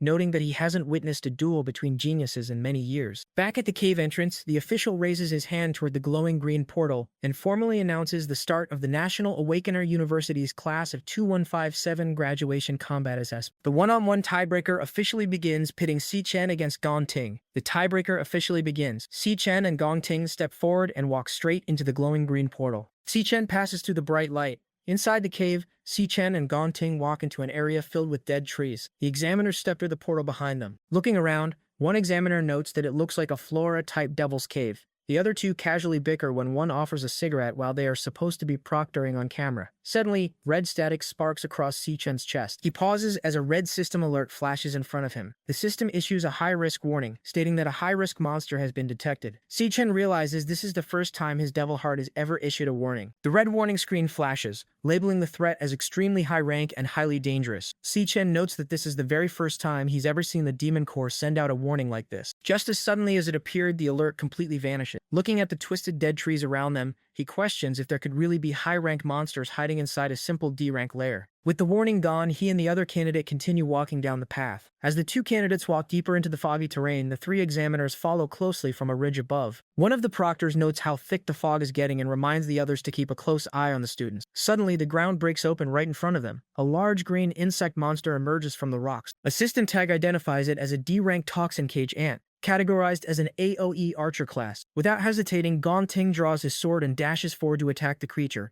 leaving Si-chen standing in the background. Up on the ridge, the examiners watch the fight unfold. Yuta praises Gong Ting's lightning-fast reaction time, but Ivan reminds them that monsters in a wild lair are far tougher and more vicious than the ones they face in school assessment. The ant fires a barrage of corrosive poison shots at him. Gong Ting easily dodges the green projectiles, dashes in close, and slices the ant right through its poison sac with his glowing sword. Following up, he activates his core warrior skill, Blazing Blade Penetration. He drives his sword straight into the upper half of the ant, triggering a massive fiery explosion that completely destroys the monster. He lands smoothly back on the ground, his blade still burning, as the examiners look on from the cliff above. The examiners grade Gong Ting's performance. Caillou gives him 10 points for neutralizing the ambush instantly. Even gives another 10 for severing the venom organ. Yuta adds 10 more points for finishing the monster off without hesitation. They agree his calm execution is outstanding for a student. Meanwhile, Yuta looks over at Si-chen, who is just wandering around the area. He calls Si-chen's performance a complete fail since he didn't even react to the ambush. Watching a live feed, Vice Chairman Cavendish asks his assistant what he thinks Si-chen is doing.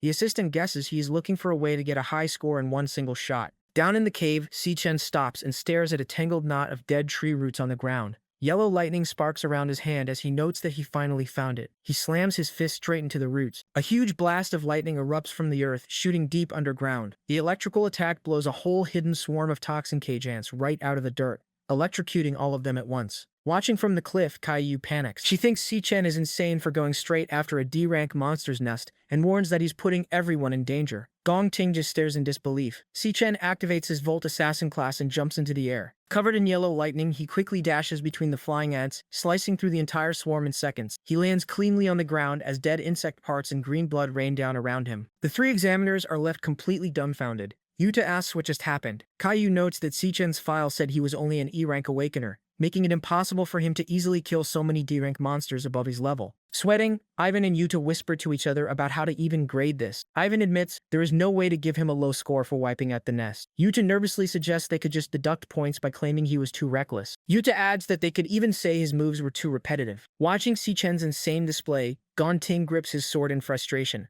realizing how far behind he is. Back at the office, Vice Chairman Cavendish and his associate watch the live broadcast. The bearded man laughs, praising Cavendish for knowing the kid was hiding his true strength. Cavendish just smiles, thrilled to get such an amazing head-to-head show right at the start of the exam. He wonders what Gong Ting will do next to answer back. Suddenly, the live feed glitches out with heavy static. The monitors, they turn blue, displaying a signal lost error, leaving Cavendish and his associate completely confused. Outside the lair, the tech official, he gets a warning on his terminal. The screen flashes a red signal anomaly alert. The communication signal drops to 0%, and the cave's risk level, it changes to an unknown question mark. Panicking, he yells out asking what's going on. Another official points at the cave in absolute shock. The glowing green portal entrance has completely vanished into thin air, trapping everyone inside. Peep within the cave, Si-chen, he stops as he notices eerie pink musical notes floating around him. The sound waves gather together in the dark to form a sinister, glowing face. Si-chen's eyes, they widen as he instantly recognizes the sound. It is the voice of Demon King Raph. Outside the dungeon,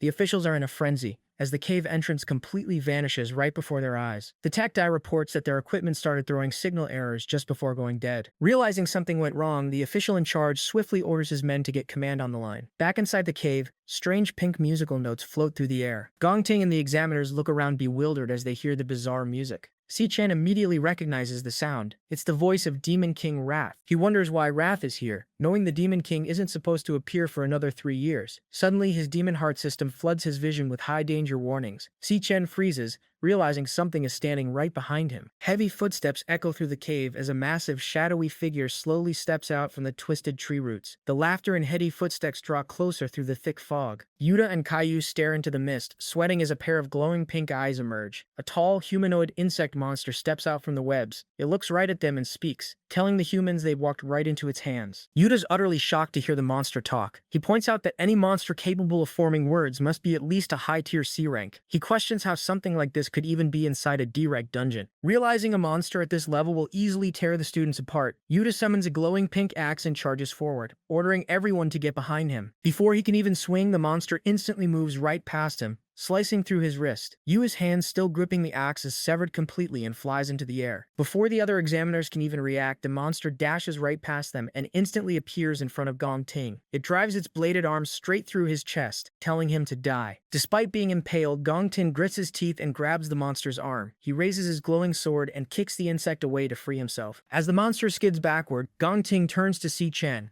bleeding heavily from the hole in his chest. He declares that since the Overlord drew first blood on him, the kill belongs to him, under the rules of combat priority. He warns Si Chen not to interfere. Si Chen just watches him in silence. He activates his system vision to scan the insect, and a tag pops up revealing that the monster is actually a mid-tier C rank. The system tag over the monster updates, revealing it is actually a high-tier C rank. Caillou yells at Gong Ting that he needs immediate medical treatment. Yvonne rushes forward, strongly recommending they suspend the exam and pull out right now because the monster is completely out of his league. Gong Ting simply says no. His hand ignites with fire. Si Chen watches as Gong Ting presses his burning hand directly against his chest, using the raw heat of his own flames to cauterize the wound. Smoke rises from his flesh as he rejects the examiner's recommendation. He grips his sword, making it burst into flames, and yells that the fight won't end until one of them is down. The monster just stares back at him. Gong Ting leaps into the air, swinging his flaming sword down at the monster. Meanwhile, outside the cave, reinforcements have arrived. Silas Lin, the leader of the Imperial Guild's King Squad, stands in front of the vanished entrance. The monster resets the ward. Robert Brady, he explains that when a dungeon entrance disappears like this,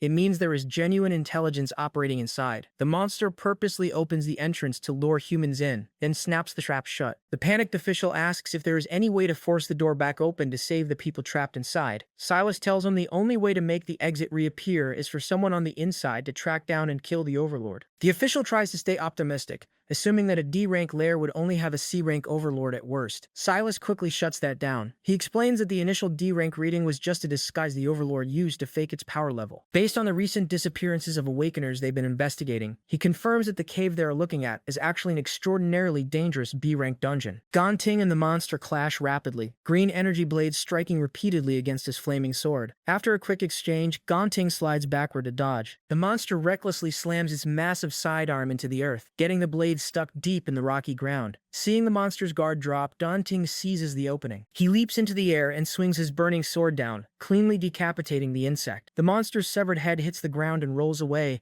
as its body collapses. Caillou watches in shock, amazed that he actually managed to take out the Overlord completely solo. Even Si Chen silently admits that Gong Ting's power is seriously nothing to laugh at. Nearby, Ivan uses green healing magic to stabilize Yuta's severed wrist. Yuta finally comes to, sweating and thanking Ivan for saving his life. But as he glances down at his smartwatch, he notices a giant red error screen. The signal is completely dead. He realizes they are now entirely cut off from the outside world. Caillou and the other examiners realize every single signal is dead. The compass is completely fried and the camera drones have dropped out of the sky. While Gong Ting stands there confused, the decapitated body of the insect monster suddenly twitches. Without a head, the creature leaps up and swings its scythe arm right at Gong Ting's back. Before the blade can hit him, yellow lightning flashes. Si Chen steps in and completely shreds the headless body into pieces, earning 2,000 experience points. Gong Ting stares in shock, asking how the thing was still moving after he chopped its head off. Si Chen tells everyone they need to get out of the dungeon right now before they get hypnotized next. Gong Ting asks how he could possibly know that. Yuta yells at Si Chen, calling him crazy. He insists there is only ever one C-rank Overlord in a dungeon, so the monster Gong Ting just fought had to be it. Suddenly, Si Chen's system flashes with multiple high-danger warnings. The strange pink musical notes swirl through the air and enter the ears of the three examiners. Their eyes immediately glow pink as the hypnosis takes over. Si Chen quickly puts an earplug in his ear and realizes he warned them too late. Si Chen recognizes the sound wave immediately. In his past life, Demon King Raph used this exact frequency to hypnotize and massacre millions of ordinary humans worldwide. He remembers the memory of holding his sister's lifeless body in the rain during that slaughter. Now, He watches the three examiners walk forward like mindless zombies. Seeing this, Si-Chen realizes the overlord of this dungeon must be directly connected to Wrath. The hypnotized examiners march blindly toward a massive web-covered cave deeper inside. Si-Chen follows right behind them, deciding that it's finally time to meet this monster face to face. Si-Chen follows the hypnotized examiners through the dark webbing into a massive underground chamber. His system immediately goes crazy, flooding his vision with high-danger creature warnings. The place is a giant nest, filled with glowing green eggs, rusted weapons, and piles of human skulls. At the center of it all, a white-haired figure sits surrounded by giant dark snakes. Si-Chen realizes the monster uses the exact same alpha sound frequency as Wrath for its hypnosis. Luckily, he had already prepared a counter-frequency beta audio track just in case he ever faced the Demon King again. The earpiece blocks out the mind control completely, but the examiners have no protection and could drop dead at any second. So he knows he needs to end this fast. Up on its throne, the white-haired figure senses them approaching. It speaks out in a creepy voice,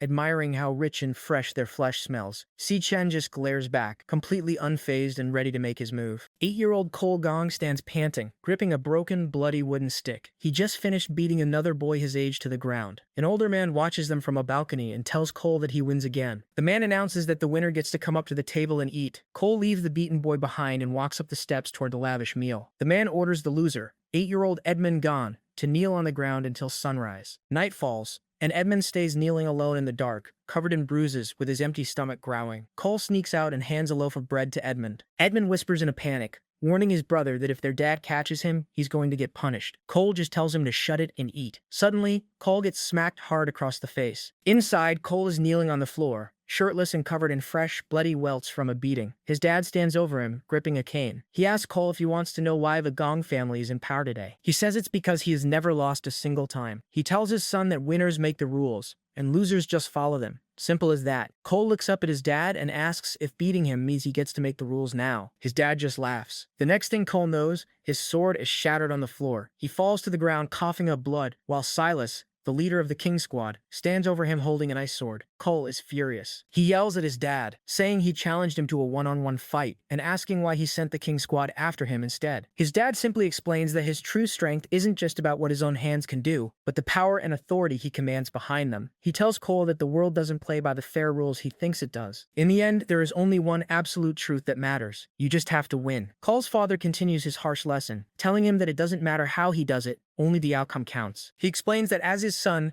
Cole must always come in first, even if he has to throw away his family, his loyalty, and his dreams to do it. He drills it into the boy's head that winning is the absolute only reason he is alive. Young Cole takes these words to heart, accepting that winning is his only reason for living. Back in the present, the group stands in front of the massive nest. Si-Chen listens to the alpha sound frequency the monster uses to control them. Because he prepared a counter-frequency beta audio track beforehand, just in case he ever faced Wrath again, his earpiece blocks out the mind control completely. However, he looks at the hypnotized examiners and knows they have zero protection and could drop dead at any second. Realizing he needs to end this fast, he gets ready to move. Yellow lightning starts crackling around his hand. But just as he prepares to strike, someone suddenly grabs his wrist tightly, stopping him. Dong Ting suddenly grabs Si-Chen's wrist from behind, stopping his attack. Si-Chen turns around in surprise. Gong Ting is sweating heavily, gripping his own open chest wound tightly, to use the intense pain to fight off the mind control. He whispers to Si-Chen, saying he doesn't know how he slipped past the hypnosis, but he has his own way of keeping his head straight. He warns Si-Chen that if he makes a move right now and blows their cover,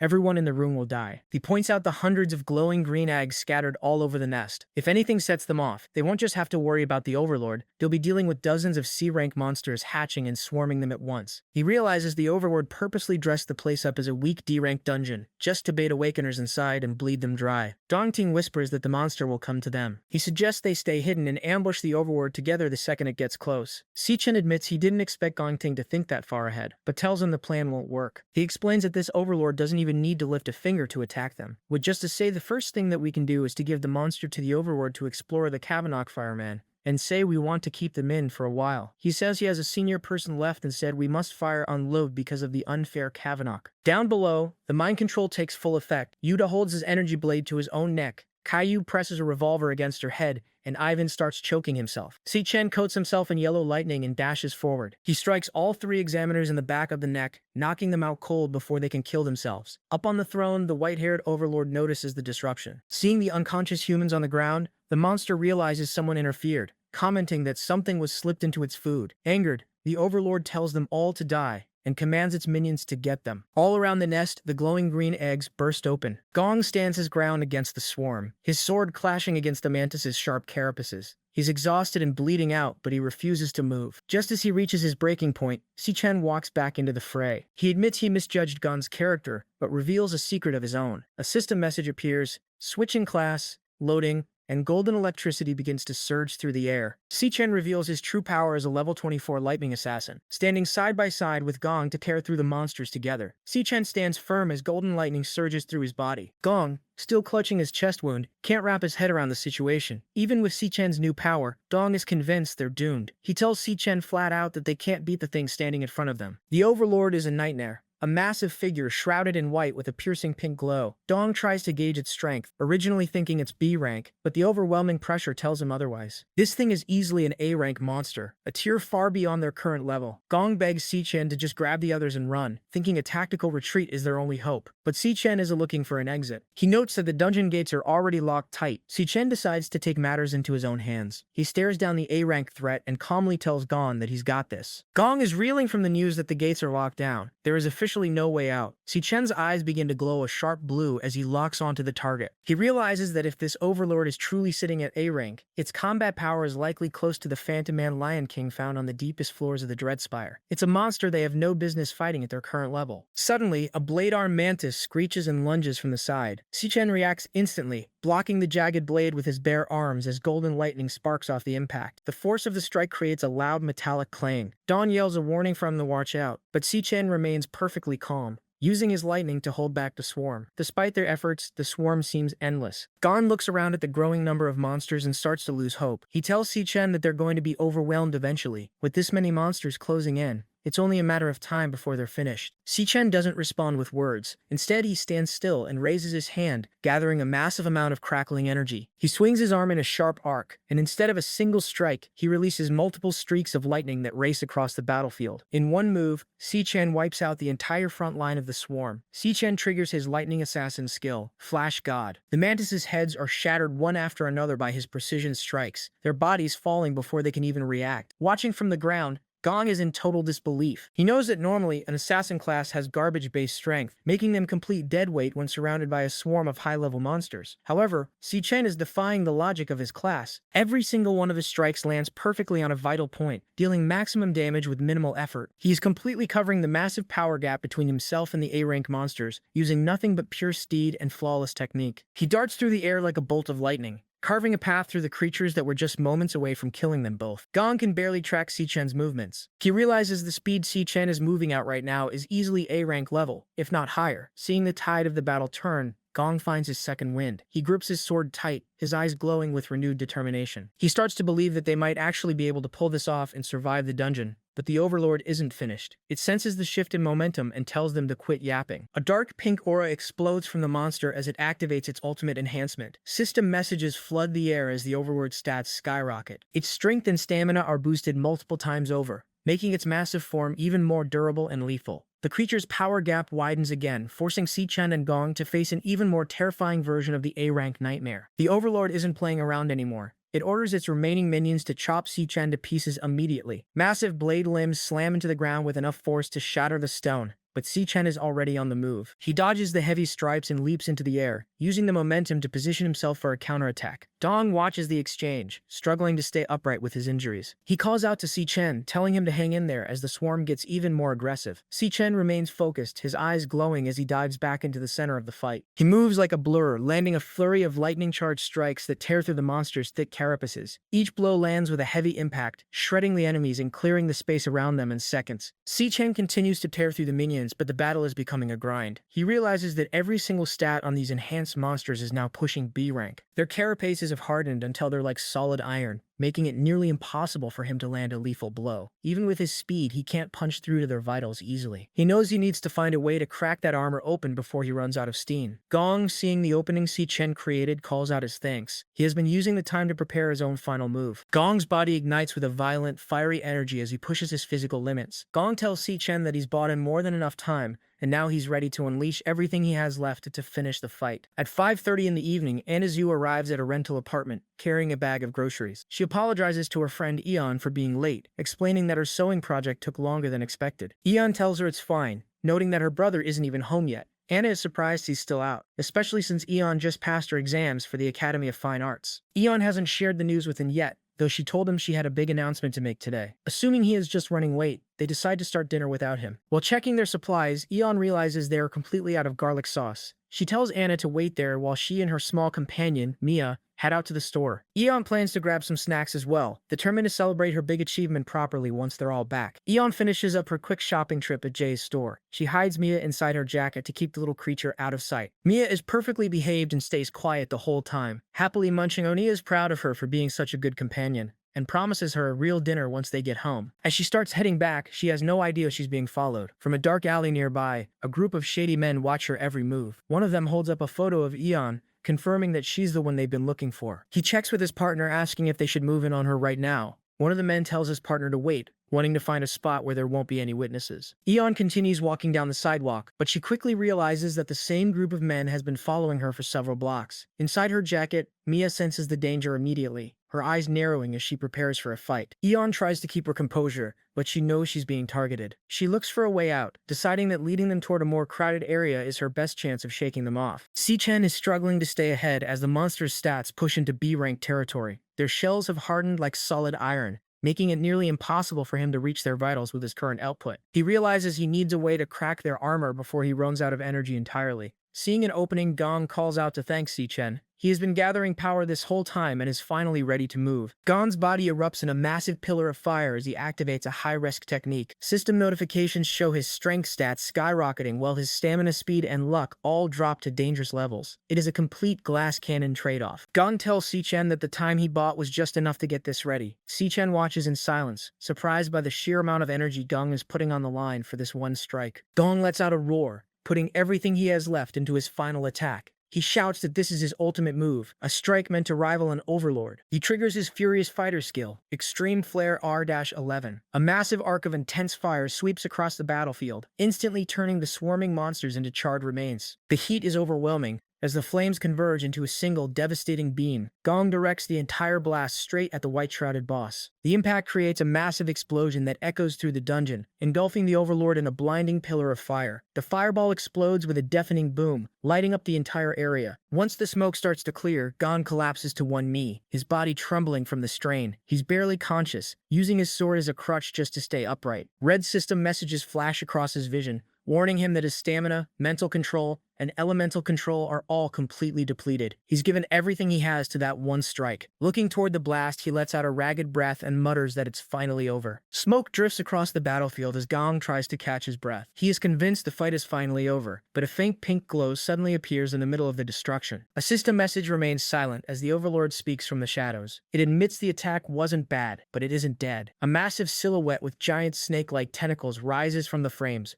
looking completely unharmed. Gong's face turns pale and his heart pounds against his chest. He can't believe his ultimate move didn't even leave a scratch. The Overlord stares them down with a glowing pink eye and asks if they really thought that blast would be enough to kill it. Si-Chen watches the monster closely, realizing the power gap is even wider than he first thought. The Overlord is just getting started, and they are now facing a threat that is far beyond a standard A-rank monster. Gong, completely out of strength, leans on his sword, panting heavily. He realizes he has nothing left to give. He's done his part, and tells Si-Chen that the rest is up to him. As Si-Chen steps forward, the golden lightning around him vanishes, replaced by a surging, dark pink energy. Gong is shocked by the sudden change, wondering what kind of power he's witnessing. It feels entirely different from a standard Awakener skill. Si-Chen's eyes glow with a new intensity as he manifests a massive blade made of that same dark energy. A system notification appears, confirming his status as a level 24 lightning assassin, but he's now tapping into a specific hidden ability. The system identifies the move as Ossuary Collapse. This skill allows him to pull power from the remains of the dead in the vicinity. As the skill activates, the monster corpses and skeletons scattered across the dungeon floor begin to glow with a matching pink light. Their energy is absorbed directly into Si-Chen, causing his power levels to spike. He stands enveloped in a violent aura, ready to confront the Overlord. Gon watches in total silence, realizing that Si-Chen has been hiding a level of power that defies the logic of his class. A massive explosion of pink energy rocks the dungeon floor as Si-Chen's transformation completes. System windows flash repeatedly, showing his strength and stamina climbing higher and higher with every second. Dawn can only watch from the ground, frozen in shock as the sheer pressure from Si-Chen's aura fills the room. Even the Overlord seems to pause,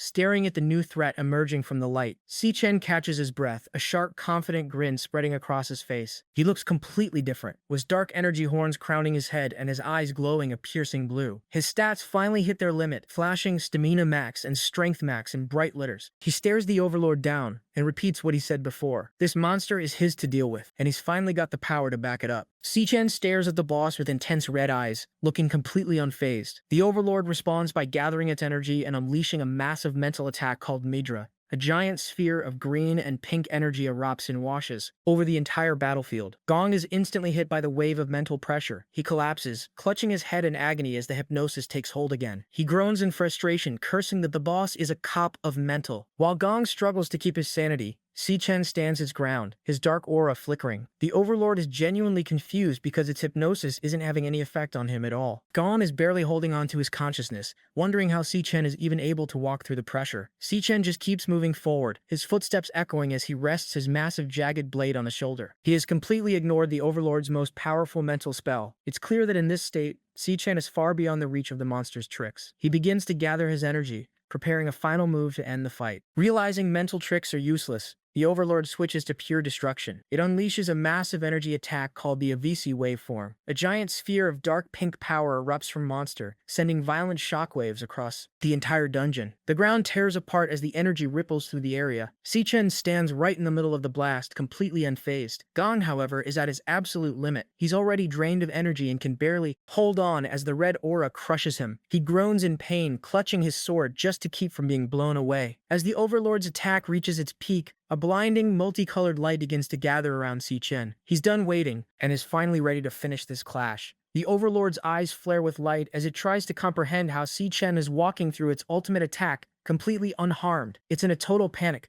screaming that this should be impossible. Terrified, it commands its massive snakehead tentacles to lunge forward, ordering them to bite and tear Si-Chen into pieces right now. One giant head strikes from the shadows, but Si-Chen is already in a low stance. He grips his jagged blade with both hands, focusing his dark energy into a single point. The first snakehead lunges, and Si-Chen cleaves straight through its neck in a single motion. Blood sprays across the cavern as the severed head hits the dirt. The Overlord doesn't stop, sending more heads screaming toward him. Si-Chen moves in a blur of dark energy, his blue tattoos lighting up as he maneuvers around the incoming strikes. He's completely outclassed the monster's speed. He continues to dodge and weave, shredding through the remaining tentacles as he closes the distance to the Overlord for the final blow. Si-Chen doesn't slow down for a second. He leaps into the air and slices through another one of the Overlord's snake tentacles. The monster watches from inside its protective barrier, telling Si-Chen to hold on to that strength as long as he can. He floats in the air, pulling a massive storm of dark and blue energy from the monster corpses scattered across the floor. A system message identifies the skill as Star Warrior. 100 skeletons return to void. It drains the physical strength of the dead and converts it into raw power for Si-Chen. His physical strength hits the absolute max. Si-Chen delivers the strike. A concentrated beam of pink energy hits the green shield and shatters it like glass. The Overlord is frozen in disbelief as its primary defense is whipped out. From the ground, Gong is shocked that a single attack destroyed an A-rank barrier. He's starting to wonder who Si-Chen really is. Si-Chen doesn't give the boss a chance to recover. He charges his fist with a sphere of blue energy, triggering another skill, Star Warrior, triple gravity mode, maximum wake. The air becomes heavy enough to crush stone. Si-Chen dives from the sky and hammers the Overlord into the dirt. The impact creates a massive crater and a cloud of debris, burying the boss under the weight of the final blow. The dust settles, revealing the Overlord crushed at the bottom of a massive crater. Its body is a broken mess, and it can barely whisper, muttering that its defeat is impossible. Si-Chen stands at the edge of the pit, looking down at the dying monster with a cold expression. He demands the creature speak, asking what kind of connection it has to a being called Wrath. The Overlord's single glowing eye widens in terror. It asks how a human could possibly know that name. Si-Chen leans in and orders it to answer. The Overlord taunts him, admitting that if it actually knew where Lord Wrath was, it wouldn't be wasting time in a dungeon like this. Its only mission would be to break the seal and free its master. This information stops Si-Chen in his tracks. He repeats the words, "break the seal," under his breath, genuinely shocked to learn that someone was actually capable of sealing Wrath away. The Overlord begins to laugh maniacally as its remains start to dissolve into green flames. The monster continues to laugh even as it fades, telling Si-Chen to just wait. It promises that Lord Wrath will eventually return, leading a massive demon army to slaughter every human in existence, leaving nothing but bone behind. With one final laugh, the Overlord's presence completely vanishes, leaving only a small spark of light. Si-Chen stands alone, watching the last bit of the monster disappear into the air. Si-Chen reaches out and catches the glowing spark of energy. A system loading bar appears as he begins to devour the monster's core. Once the process is finished, a detailed monster card pops up on his screen, showing the Overlord's star ratings for speed and mana, along with the specific skills he faced. His hand glows as the absorption completes, and a final system notification appears confirming that he is officially leveled up. Si-Chen reaches level 25, and a victory scream shows he received 3 rare monster organs as a reward. He stands in the crater, staring at the Overlord's card, while thinking about what the monster said. He realizes that Wrath didn't just appear recently. He has been in this world for a long time, but someone is powerful enough to seal him away. Si-Chen knows there is a part of the past he still doesn't understand. Nearby, Dong is struggling to stay on his feet. He admits he never expected to see someone capable of using 2 classes, and acknowledges that Si-Chen is on a completely different level. Gon concedes the fight and promises to take everything he saw in the dungeon to his grave. The internal damage is too much, and Gon collapses back. Si-Chen tells him to hold on just a little longer, noting that with the boss dead, the dungeon gates should be open for the guild to break through. Suddenly, Si-Chen's eyes flare pink as he senses a new presence. A man in a suit appears from the shadows, surrounded by a thick purple aura and dark tentacles. Si-Chen recognizes him as Xiao Yun, but the man has transformed into a monster. His face is skeletal, his eyes glow green, and a long, jagged tongue hangs from his mouth. A new nightmare has arrived, just as the guild was supposed to rescue them. At the same time, Aion finds herself in a dangerous situation. She's been walking for several blocks and realizes that a group of shady men has been tailing her since she left the store. She doesn't know who they are or what they want, but it's clear they are targeting her. Her small companion, Leo, senses the threat as well, his eyes narrowing as he prepares to react. An tells him to stay hidden inside her jacket and not to come out yet. She tries to keep her cool, thinking that this night is about to get a lot more interesting than she planned. She remembers the first rule for when you realize you're being followed: head straight for a crowded area. Luckily, it's early evening and the nearby restaurant district is packed with people. An picks up her pace and dives into the thick of the crowd, using the sea of commuters to shield herself. Behind her, with thugs are struggling to keep up. They grow frustrated, pushing through the pedestrians and yelling at people to get out of their way. An keeps moving, blending in perfectly with the flow of the crowd. She waits for the exact moment when her pursuers lose sight of her for a split second. As soon as that window opens, she makes her move to disappear completely. By the time the thugs push through the last group of people, is vanished into thin air, leaving them searching the street in confusion. The thugs are furious. One of them screams, wondering where she went, realizing they've completely lost her in the crowd. Aion ducks into a quiet back area filled with machinery and pipes. She catches her breath, feeling relieved that she managed to escape them. Her relief is cut short when she hears a voice. A man with white hair is leaning against a railing, smoking a cigarette. He complains about waiting so long and tells her the door behind her is locked anyway. Aion is terrified. She demands to know who they are and how they managed to find her hiding spot. The white-haired man just smirks, calling her a clever little chick for being such a good runner. Behind her, the other 2 thugs catch up, laughing as they finally corner her in the alley. An tries to bolt, but before she can even take a step, her foot is encased in a sudden block of ice. The impact makes her trip and slam face first into the pavement, her groceries spilling everywhere. The man stands over her, his hand glowing with blue frost magic. He mocks her, asking if she's finally out of energy. He tells her to just stay down and take a breath, making it clear she has nowhere left to run. One of the thugs moves in on, laughing and looking disgusting. He reaches out for her and she screams in terror. Before he can touch her, a massive burst of pink energy slams into his face. The force sends him tumbling backward across the alley, leaving even the boss caught off guard by the sudden intervention. A giant paw slams into the ground, cracking the pavement. Standing protectively in front of is a massive white lion radiating a violent purple aura. An stares in disbelief, finally realizing that this beast is actually her companion Leo. The injured thug screams while clutching his mangled face. He yells at his partners, complaining that the man who hired them didn't say anything about a giant monster protecting the girl. Leo lets out a thunderous roar that shakes the surrounding buildings.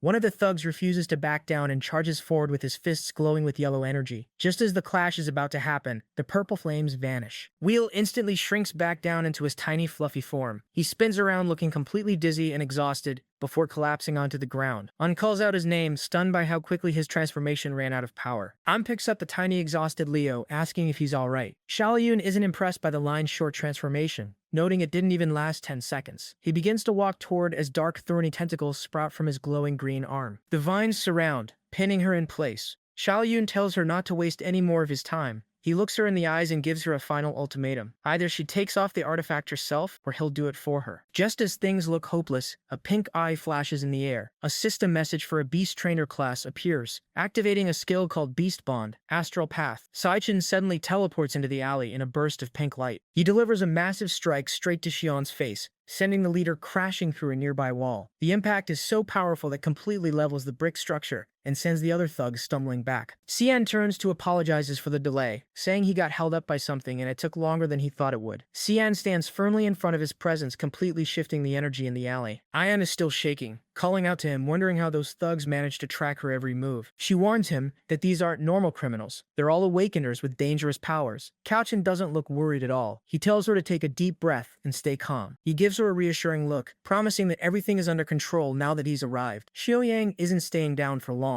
He claws his way out of the broken wall, his face twisted in rage. He's disgusted with himself for letting a brat catch him off guard. His green vein mutation flares up and thick thorny vines wrap around his arms and torso. He tells John that he just signed his own death warrant. He plans to take both of their heads back to the man who hired him and extort the guy for triple the original fee. John ignores the monologue and tells to stay behind him and stay out of the way. He clenches his fist, his eyes turning a sharp predatory red. He looks back at the thugs with a cold, focused stare and tells that this won't take long at all. He's ready to settle the score right here. Years ago, Chan was already being targeted by punks. A group of bullies led by an orange-haired kid has him pinned. When Yan shows up with a metal pipe to defend him, the leader just mocks her and calls her a parasite. Xian begs them to keep their word, but the leader admits he was lying about the deal. That's when Chan snaps. He grabs a brick and smashes it into the face of the guy holding him down. He stands up with a cold rage, demanding to know how the leader dared to break their promise. After the bullies are handled, he tells Yon not to worry. Back in the present, Xian stands between and the three awakener thugs. Yon is worried because all three are powered up, but Xian tells her to stay behind him. He promises this won't take long. One thug with lightning powers charges in, calling him a pretty boy and telling him to do something. Xian doesn't hesitate, landing a punch that sends the guy flying into the distance. An is stunned by the sheer power. Just then, the thug with the injured eye leaps from the roof, attempting a surprise attack from above. Xian stays focused, ready for the next one to step up. The second thug leaps in with a glowing blue dagger, but Xian Shan is already a step ahead. He catches the guy's wrist mid-air and stops the attack effortlessly. Before the thug can react, Xian Shan delivers a brutal kick to the face that sends him crashing straight into the dumpster. With two of his men down, Shai Yun loses his cool. He manipulates thick thorny vines and mocks Xian for being nothing more than a skinny kid in the school uniform. He threatens to turn him into a human pincushion, but Xian's red eyes stay fixed on the target. As the vines lunge forward, Xian moves with perfect precision. He dodges and spins through the gaps in the thorns, closing the distance in a heartbeat. He leaps high over the trap, leaving Xia Yun completely terrified. The leader screams that this level of movement is impossible. Watching the fight, Eon is reminded of the truth about her brother. He didn't just graduate. He was the top student who crushed every single opponent during his final practical exams. Xian lunges at Xiao Yun and lands a crushing punch directly to his face. The impact is devastating, spraying blood and shattering the leader's jaw. Yan watches in awe,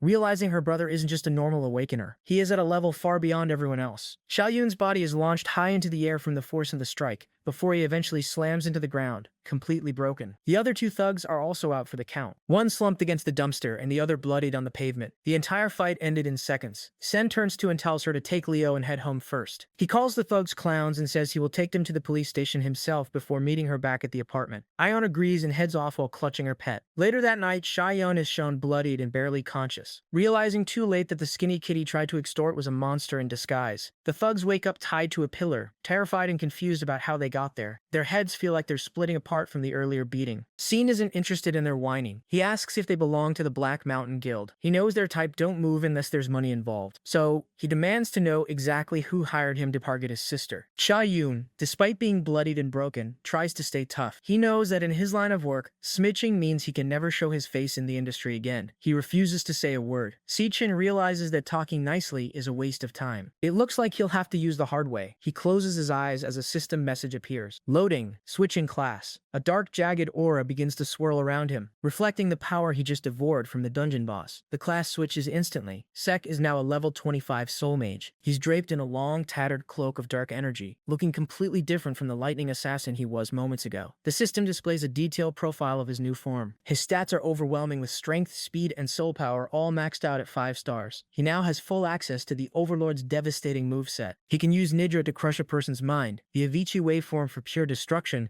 and the spirit-gathering barrier to drain power from his enemies. Now that Khan can manipulate souls directly, Gon's silence doesn't matter anymore. The interrogation is about to become a literal nightmare. The process completes, and Khan is now a level 25 soul mage. He's draped in a long, tattered cloak of dark energy. The system displays the monster card for the soul mage, showing maxed out stats in strength, speed, and soul power. His eyes flare with a bright pink light as he activates the skill Nidra. Xiao Yun's eyes turn pink as the mental hypnosis takes hold. Thorny vines sprout from the ground and wrap around the thug's body. Si Chen decides to start with the legs. One of the dark vines pierces through Xiao Yun's thigh, drawing a spray of blood. Si Chen stares at him with cold red eyes and says they'll move on to the hands next. He's no longer asking for information. He's taking it by force. Xian doesn't stop. He drives a dark vine straight through the center of Xiao Yun's hand. He tells the leader that this is exactly what happens when someone lays a hand on. The other thug watches in total horror, screaming and asking what Shen is doing to his boss. Xian's pink eyes lock onto the second man, letting him know his turn is coming up next. The thug cracks instantly, wailing and begging Shen to stop. He promises to tell him everything he wants to know. He reveals that the client is the son of the director of the first hospital. His name is Jin Tosin. The scene shifts back to 5 p.m. that same evening. At a luxury rooftop pool party on top of the Jua Fun building,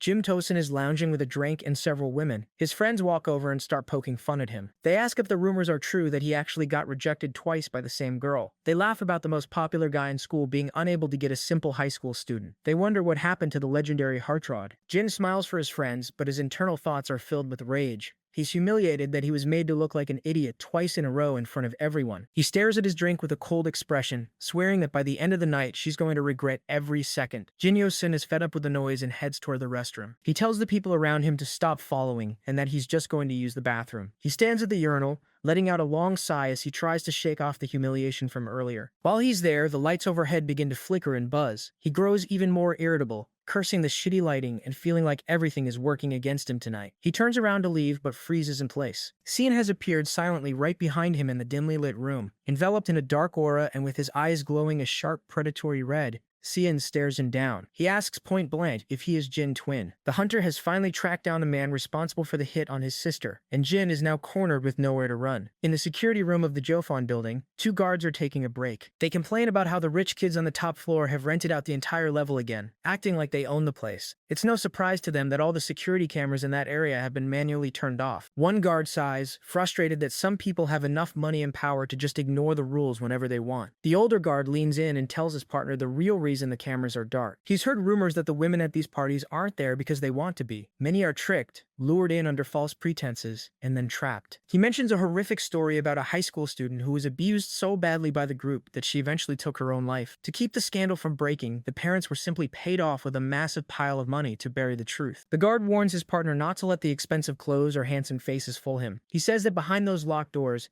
these people are nothing more than predatory animals. Back in the restroom, Intwell Sin is in a total panic. He demands to know who Khan is and how he managed to get up to a restricted floor. He knows the top level is strictly off limits to outsiders, yet the stranger with glowing red eyes is standing right in front of him. Jin is cornered. Realizing his status and money can't help him against the person who just broke into his private world, Jin Tools tries to act tough, threatening to call the police, have Si Chen thrown out. He reaches for his phone, but a ringtone suddenly fills the quiet restroom. He looks down at his screen and sees an incoming call from Shia Yun of the Black Mountain Guild. Xian stares at him, confirming that Jin is the one who sent those thugs to harm. Chin is frozen in shock as he realizes Xian is the one holding Shia Young's phone, placing the call while standing 2 feet away. He screams in a panic, demanding to know where his men are and what Xian did to them. Chin doesn't bother answering. He just glares at Jin with glowing red eyes and crushes the phone in his hand until it sparks and shatters. Terrified, Jin stumbles backward into a corner, begging Chin not to come any closer. Jin Tusin loses it completely, screaming at the top of his lungs to know who Si Chin really is. Before he can get another word out, he's launched through the air. He crashes through the massive glass partition of the restroom, shards of glass flying everywhere. He slams hard onto the tiled floor of the pool area, his face blooded and his expensive clothes ruined. Terrified and broken, Jin starts wailing for help, begging anyone at the party to save him. He's crying genuine tears, the arrogance he had moments ago completely gone. The crash and his screams finally get the attention of the other guests. People floating in the pool look up in shock, wondering what on earth just happened and why their host was just thrown through a wall. The party comes to a dead halt as heavy footsteps echo across the deck. Matt, Xian walks out from the wreckage, draped in a massive cloak of dark energy that looks like shadows coming to life. Gentleson is on the floor, scrambling backward in pure terror. He's a sobbing mess, screaming and asking what he did to deserve this. He demands to know who Si Chen is,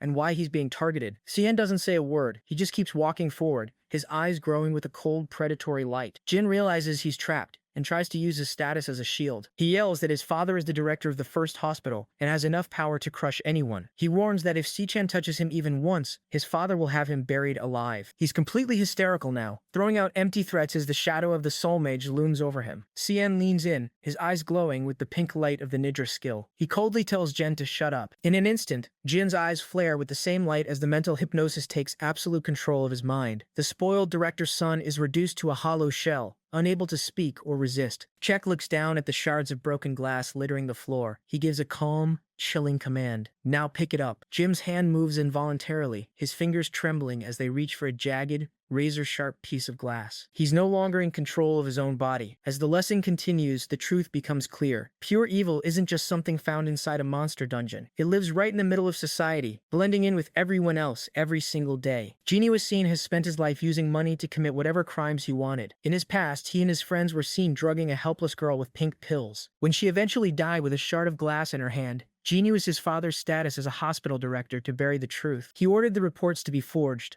calling the death a sad accident and claiming that this was simply how the real world worked. He lived his life believing he could do anything to anyone, using methods more evil than a demon could imagine. The thugs tied to the pillar confirmed the truth. They wailed that Jin paid them a massive amount of money to make sure never forgot this day, no matter what methods they had to use. But Jin picked the wrong target this time. Hee-chan vows that he will hunt down and eliminate every single threat that comes near his sister. Under the absolute control of the Soul Mage's ninja skill, Jin is now forced to face the same horror he inflicted on others. He sits on his knees, his eyes glowing pink as he grips a sharp shard of glass with both hands. His fingers are bleeding from the pressure, yet he cannot let go. Sichan stares him down with an unwavering gaze and gives a single chilling command. Do it. Cien is willing to walk into the darkest parts of the world to protect, and he won't hesitate for even a single second to finish when he started. By 6 p.m. inside the dungeon, the boss is finally dead. Cien tells the wounded Gong that the exit should open soon and to hang on until the guild arrives. Gong, barely holding on, promises that once they're out, he'll tell everyone the truth. He wants the world to know Sion is the hero who saved them. But Sion doesn't have time for credit. Suddenly, his eyes flare pink as he senses a massive disturbance. He sees a vision of a man in a suit surrounded by dark energy and realizes Gong is in grave danger. He needs to move right now. Tapping into his Beast Trainer class, he activates the skill Beast Bond Astropath. Using his mental link, he prepares to teleport straight to his contracted beast to reach his sister before it's too late. Sek vanishes in a burst of multicolored light, leaving Gong alone at the bottom of the crater. Gong is completely stunned by what he just witnessed. He realizes that Chan doesn't just have 2 classes, he has even more. He thinks back to the lightning, the dark soul magic, and now this teleportation, wondering exactly how many secrets Sek-chan is hiding from the world. Heavy footsteps begin to echo through the cave. As the rescue team finally arrives, a man in a suit shouts that they found the survivors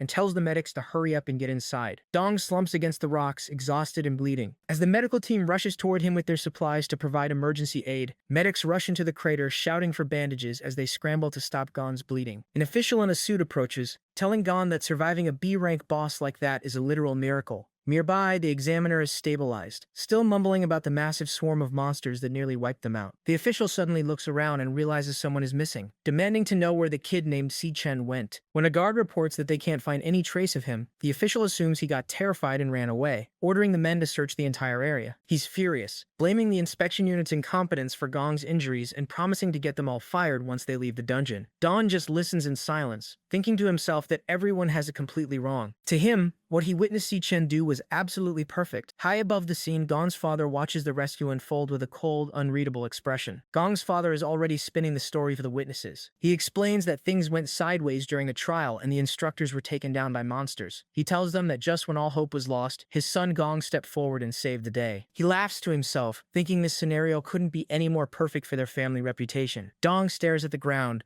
knowing his father is lying. He's about to speak up and say that Cien was the one who actually cleared the floor and killed the boss. Before he can open his mouth, his father suddenly grabs him right by his chest wound. Gon groans in pain as the man leans in close. His father drops the act and whispers a direct order. It was Gon who handled the monsters. He looks Gong in the eyes, telling him that everyone here witnessed him do it. He grips the bloody bandages even harder, making it clear that Gong has no choice but to take credit for Chan's work. To the rest of the world, Gong is now the hero of the dungeon. Dong is clearly frustrated, but he can't argue with his father. The man just tells him to go get cleaned up and get his act together. Tomorrow is the big graduation ceremony and his father expects him to play the part of the hero and finally step into the spotlight. Meanwhile, at 8 p.m. in their small rental apartment, things are much more relaxed. Cien and Anazu are clinking soda bottles together to celebrate. Anna is cheering for and congratulating her on finally getting accepted into the International Academy of Fine Arts. It's a huge achievement, and Anna tells her that she's destined to be a world-class artist one day. While the girls laugh and enjoy the meal, Chan stays mostly quiet. He just leans back and takes a long drink of his soda, watching his sister celebrate. After everything that happened in the dungeon in the alleyway, seeing her this happy is the only reward he needs. An looks at her brother with a suspicious face, asking why he seems so calm, almost as if he knew he would pass all along. Sen just gives her a warm smile and insists he's genuinely happy. He mentions it's quite a coincidence that she got her acceptance letter on the same day he finished his own major task. Anna adds that she's actually really jealous. Getting into the academy at Tianshan is a massive opportunity that most people will never see in their entire lives.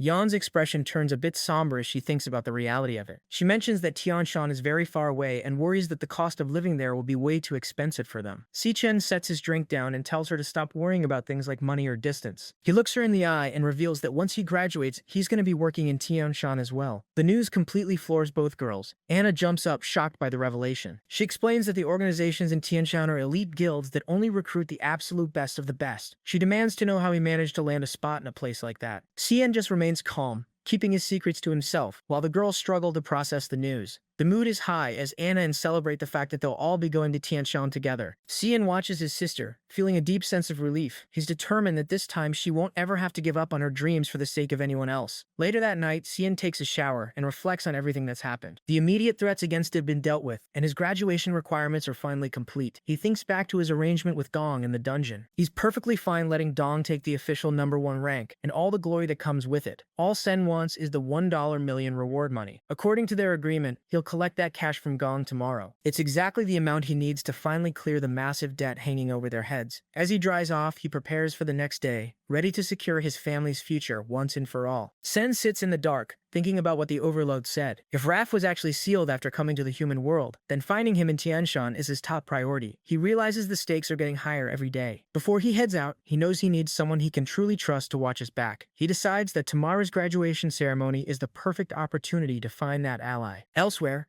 a red-haired man sits at a tea table while a blonde woman gives him a report. She tells him that the glutton was recently spotted in the Jung TM district. The man asks for all the details. She explains that she checked the site immediately, but every single security camera had been destroyed. The only things left behind were some scratches and bloodstains. It's the same pattern as always. The predator kills its victims first and then devours them. She notes that the target seems to be specifically hunting awakeners with rare and special abilities. The blonde woman continues her report, noting that the level of the glutton's victims is steadily rising. This means the entity is evolving and gaining power at an alarming rate. She warns that once this predator starts moving, it never stops, and her intuition tells her it will strike again very soon. The red-haired man pours a cup of tea, finding the timing suspicious as a dungeon just appeared as well. He admits the situation is becoming very interesting. She tells him there is one more thing, something even more important. She places a set of photos and a map on the table. She explains that the latest incident took place in a cramped alleyway within a low-income housing district. She points to a specific spot on the map marked with an X. That location is only 68 meters away from Khan's home. It's less than 100 meters from where he lives. The red-haired man stares at the map in silence. Even though the killer was practically on Chan's doorstep, the woman admits they still don't have a single image or recording of the Glennon's true form. The blonde woman looks at her partner and mentions that Si-Chan's latest performance is hard to believe. His abilities are growing at an illogical rate, and they both saw the way he fights with their own eyes. Because of this, she sees only two real possibilities. The first is that the glutton is now targeting Si-Chan specifically. The red-haired man takes a slow sip of his tea and finishes her sentence. Well, the fact is that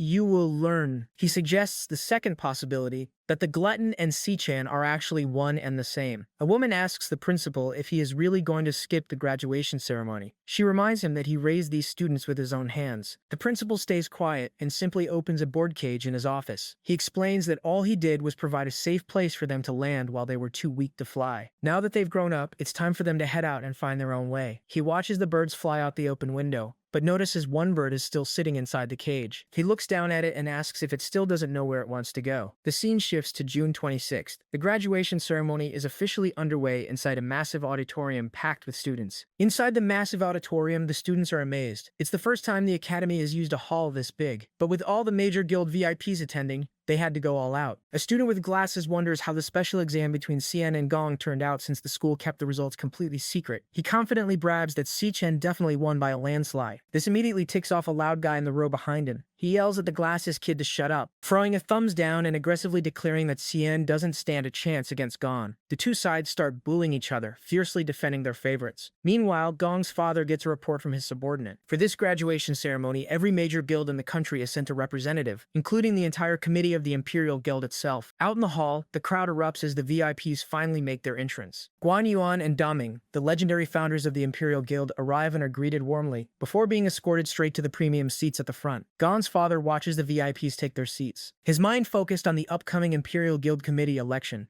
Right now, his votes are perfectly tied with Daming. He plans to use this graduation ceremony as the perfect opportunity to pull the undecided committee members over to his side. He is fully determined to claim the chairman's seat for himself. He turns to Gong and tells him the plan. Once the ceremony begins, the vice chairman will personally hand Gong the winner's trophy. He tells his son that the whole world will remember this day. It is the start of his climb to the top and the most important moment in their family's history. He gives Gong a strict order to go up on stage, deliver a good speech, and not mess it up under any circumstances. He wants Gong to show everyone his true worth. Gong remains completely silent, just staring down at the paper in his hands. Heavily burdened by the lie he is being forced to tell, Gong tightly clenches the speech in his hand, struggling with the lie he has to tell. The event goes live on the main stage. The host welcomes the crowd to the 2157 National Awakener University graduation ceremony. She announces that after all the difficult trials and hard work, the graduation assessments have finally concluded. The red-haired man and the other guild leaders watch from the front row. The students listen eagerly from the stands.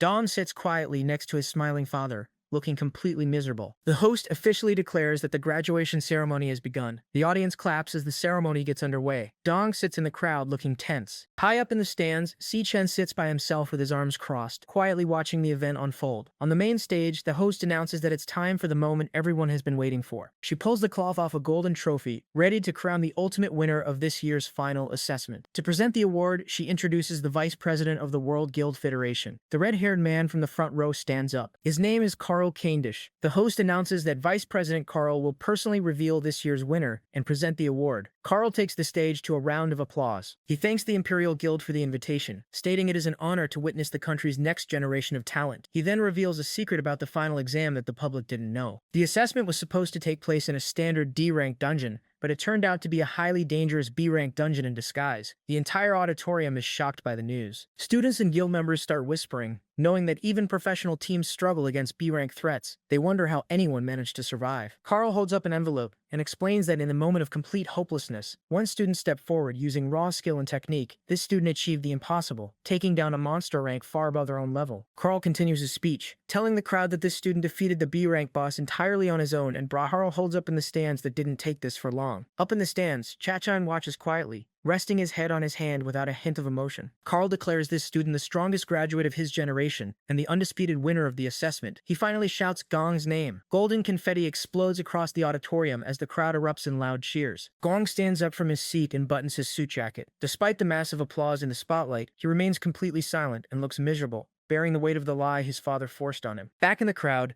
the student with glasses is in total disbelief. He panics, wondering what is going on and if Sen actually lost the assessment. The glasses kid refuses to believe it, insisting the results must be rigged. Meanwhile, the loud student from earlier gloats, sticking his tongue out and bragging that Gon is just built differently. The rest of the students are in complete awe. They know that just surviving an E-rank dungeon is exhausting, so the idea of clearing a B-rank boss alone sounds completely impossible. The crowd goes wild, cheering for Gong as a true legend and praising him for being ridiculously strong. Gong walks up the illuminated steps to the main stage to accept his award. Up in the dark stands, Chan watches the whole thing calmly. He thinks back to the moment in the dungeon, right after the fight. While Gong was bleeding on the ground, Chan offered him a simple deal. Dong gets to keep the #1 rank and all the public glory. In exchange, Chan takes the entire $1 million reward. In the dungeon, Chan had one condition for Gong. He told him never to say a single word about what he was about to see. Back at the graduation ceremony, the host calls Gong to the stage to give his victory speech. Gong walks down the illuminated path as confetti falls around him. The audience watches in awe, whispering about how calm and heroic he looks. His father smiles from the front row, proud that his son is living up to the family name and securing their future. Standing at the microphone, Gong remembers his father's strict warning to give a perfect speech, not mess up, and show everyone his true worth. Dong looks down at the prepared speech card in his hand. He asks himself if this lie is really all he's worth. He looks up and speaks into the mic. He tells the crowd that Vice President Carl was right about what happened. They did face an overwhelming monster. The team was pulled back from the edge of death, and the dungeon boss was killed. But then Gong admits the truth. He tells the entire auditorium that he wasn't the one who did it. He reveals that the real hero is Si Chen. Gong's confession, it leaves the entire auditorium completely silent. Up in the stands, Si Chen is caught off guard. This was not the deal they agreed on. Vice President Carl, he stands frozen on stage. Down in the front row, Gong's father slams his fist down, furious that his son just ruined his perfect political plan. The students in the crowd are in disbelief. At the microphone, Gong stays calm. He continues his speech, making it clear that he refuses to take credit for someone else's achievement. He wants everyone to know the absolute truth. Si Chen just rubs his face in frustration. He only wanted that $1 million reward so he could quietly clear his debt, but Gong's honesty just dragged him right into the center of the spotlight. Gong, he doesn't hold back. He tells the crowd exactly what happened in the dungeon, describing how Si Chen single-handedly tore through the monsters and saved them all. He stands firm at the microphone and declares that Si Chen is the undisputed #1 of their class. Up in the stands, Si Chen just sighs. So much for keeping a low profile, eh? The entire auditorium breaks into a frenzy of shocked whispers. The students, they can't believe what they're hearing, and Vice President Carl stands completely stunned on stage. But no one is more furious than Gong's father. He sits in the front row, his face completely dark with rage. The veins on his forehead bulge as he grips the wooden armrest of his chair so hard it splinters and cracks under his hand. Unable to contain his anger over his ruined political plan, he abruptly stands up from his seat. Gong stands on the brightly lit stage and grips his prepared speech. Instead of reading it, he rips it in half and tosses the pieces into the air. He decides that the kind of life he wants and the path he chooses to walk are decisions only he gets to make. In the principal's office, the last white bird finally leaves its cage and flies out the open window. The principal watches it go, noting that it finally figured out where it wants to fly. On the stage, Gong looks up into the dark stands and locks eyes with Si Chen. He tells him to listen closely, promising that the next time they meet, he will be the one standing above him. Si Chen just watches him quietly from his seat. In this world, awakened guilds are divided into 5 different levels based on their power and influence. At the very top are the Supreme Guilds, operating out of massive headquarters and holding the most power in the world. Inside the academy, for ordinary graduates, getting into a guild is brutal. A student begs a recruiter offering to do anything, but she rejects him because her guild doesn't take support classes. But for the few who make it into the elite tier, it's a completely different story. An administrator stamps a red card with a lion emblem and hands an employment certificate to a student named Ma Long. He tells him that as a member of the winning team, he is directly accepted into the Imperial Guild. Ma Long cries, shouting that his life goal is complete, and runs out to celebrate with his team. Other students watch in envy, regretting that they didn't team up with Si Chen when they had the chance. Meanwhile, Da Ming, the founder of the Imperial Guild, is in the elevator. His assistant mentions that registration is taking longer than usual because 2 teams got perfect scores this year. The doors open, and Da Ming bumps into Vice President Carl. Da Ming is surprised to see him in the registration area. Carl smiles and says he's just here to see someone off. Da Ming chuckles, assuming the Imperial Guild is just lucky to get such highly anticipated talent. Back at the desk, the administrator checks the system and realizes one person is missing. He yells at Ma Long's team, asking why Si Chen hasn't registered yet. The team panics and scrambles to find him. Si Chen is just casually walking out of the restroom. Ma Long runs up to him, frantic, asking why he hasn't filled out his form when the Imperial Guild already accepted him. The administrator sighs and takes a sip from his thermos. He complains about kids getting cocky right after graduation. He tells Si Chen that no matter how good he is, he still has to follow the rules just like everyone else. He orders Si Chen to come over and fill out the form for the Imperial Guild. Si Chen just looks at him and calmly states that he isn't joining the Imperial Guild. The administrator instantly spits his water out in shock. Si Chen just stares back with a blank expression, not reacting at all. The guy gets even angrier and yells again. The crowd goes crazy when they hear the news. They can't believe Si Chen is throwing away a guaranteed spot in the Imperial Guild. Da Ming looks completely stunned. The administrator loses his temper. He slams his fists on the desk, screaming at Si Chen to stop acting arrogant. He reminds him that people spend their entire lives working for the guild and never even get close to the high-level position he was just handed. Si Chen stays completely deadpan. He calmly replies that he never once said he was going to join them. The administrator is furious, demanding to know why Si Chen even bothered showing up to the registration area. Before he can finish yelling, Vice President Carl steps out from the crowd. He decides this is the perfect moment to intervene. The students whisper in shock as the high-ranking official walks right up to the new graduate. Carl smiles and makes his own pitch. He tells Si Chen that if the Imperial Guild isn't the right path for him, he should come to Tianshan with him instead. Carl smiles and drops a massive offer. He tells Si Chen that he can personally nominate him for a spot in the Blazing Star Knights. Gong, Da Ming, and the rest of the students are completely shocked. Whispers erupt through the hallway as the crowd realizes the magnitude of the invitation. The Blazing Star Knights isn't just any organization. It's a world-famous, top-tier guild. Si Chen ignores them entirely. He reaches into his pocket and pulls out a sleek black card,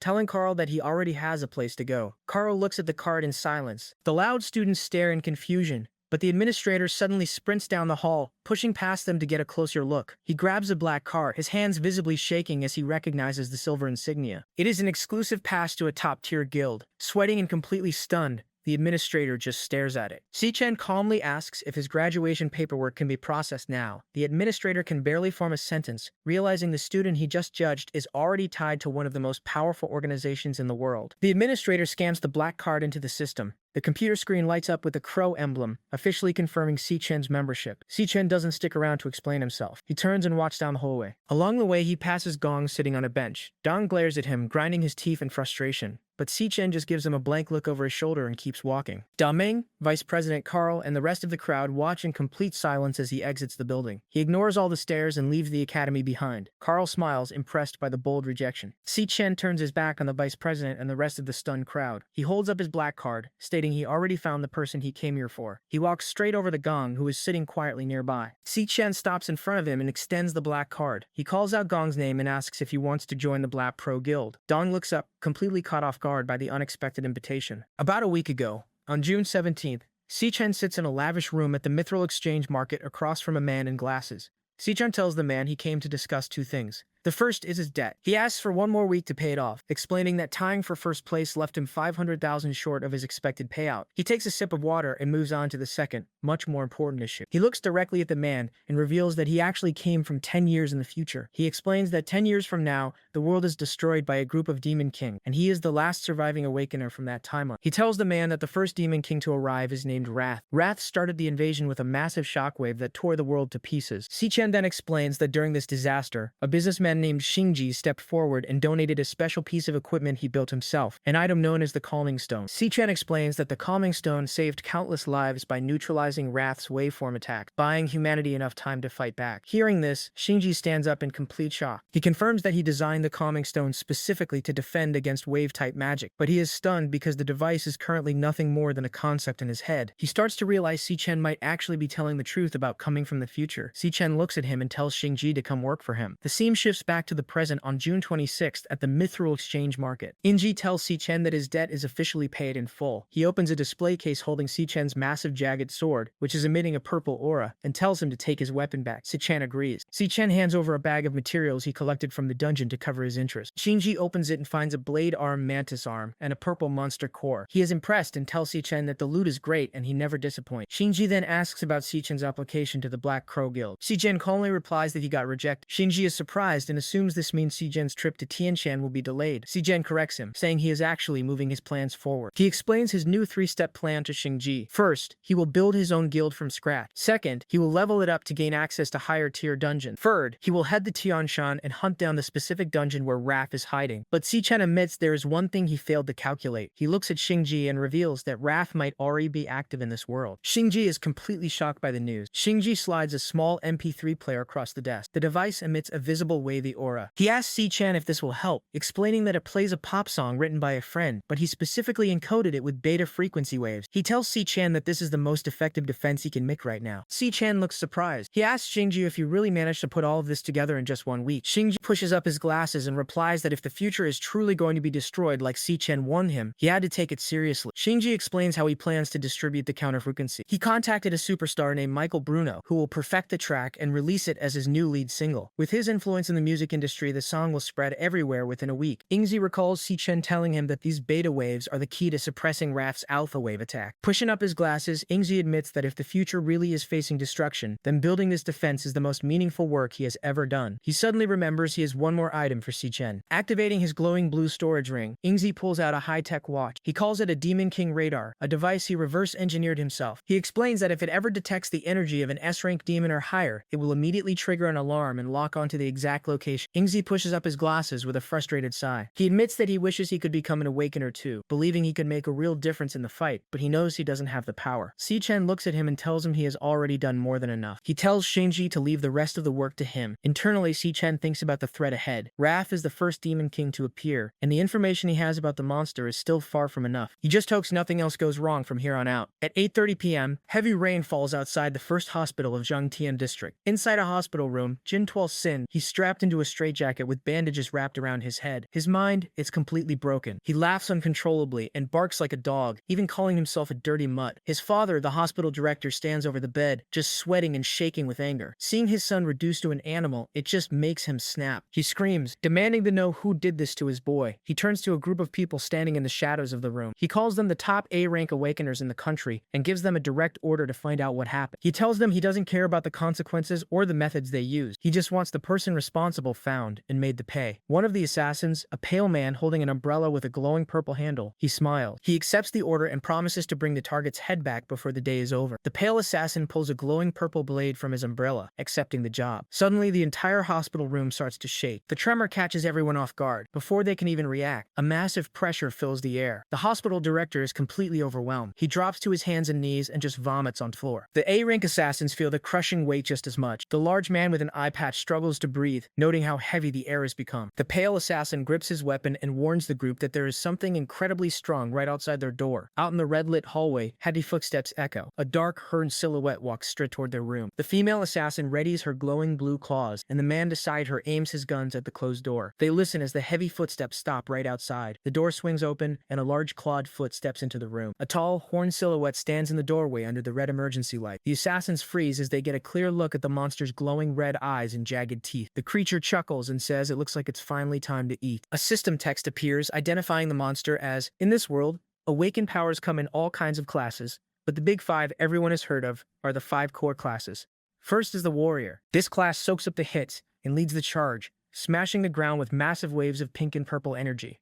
Next is the assassin. This class flanks and finishes targets in a flash, moving fast enough to leave trails of yellow light while slicing through monsters. Then there is the mage. The mage locks down the field and deals magic damage, shown by a figure floating below a giant sphere of blue energy. Another core class is the chanter. They cleanse debuffs and buff the team, using glowing teal magic to support allies in freezing environments. And then there is one more class. It is considered a bit of an outlier. A figure dashes across a dark, rocky landscape, dodging between massive pillars of golden light.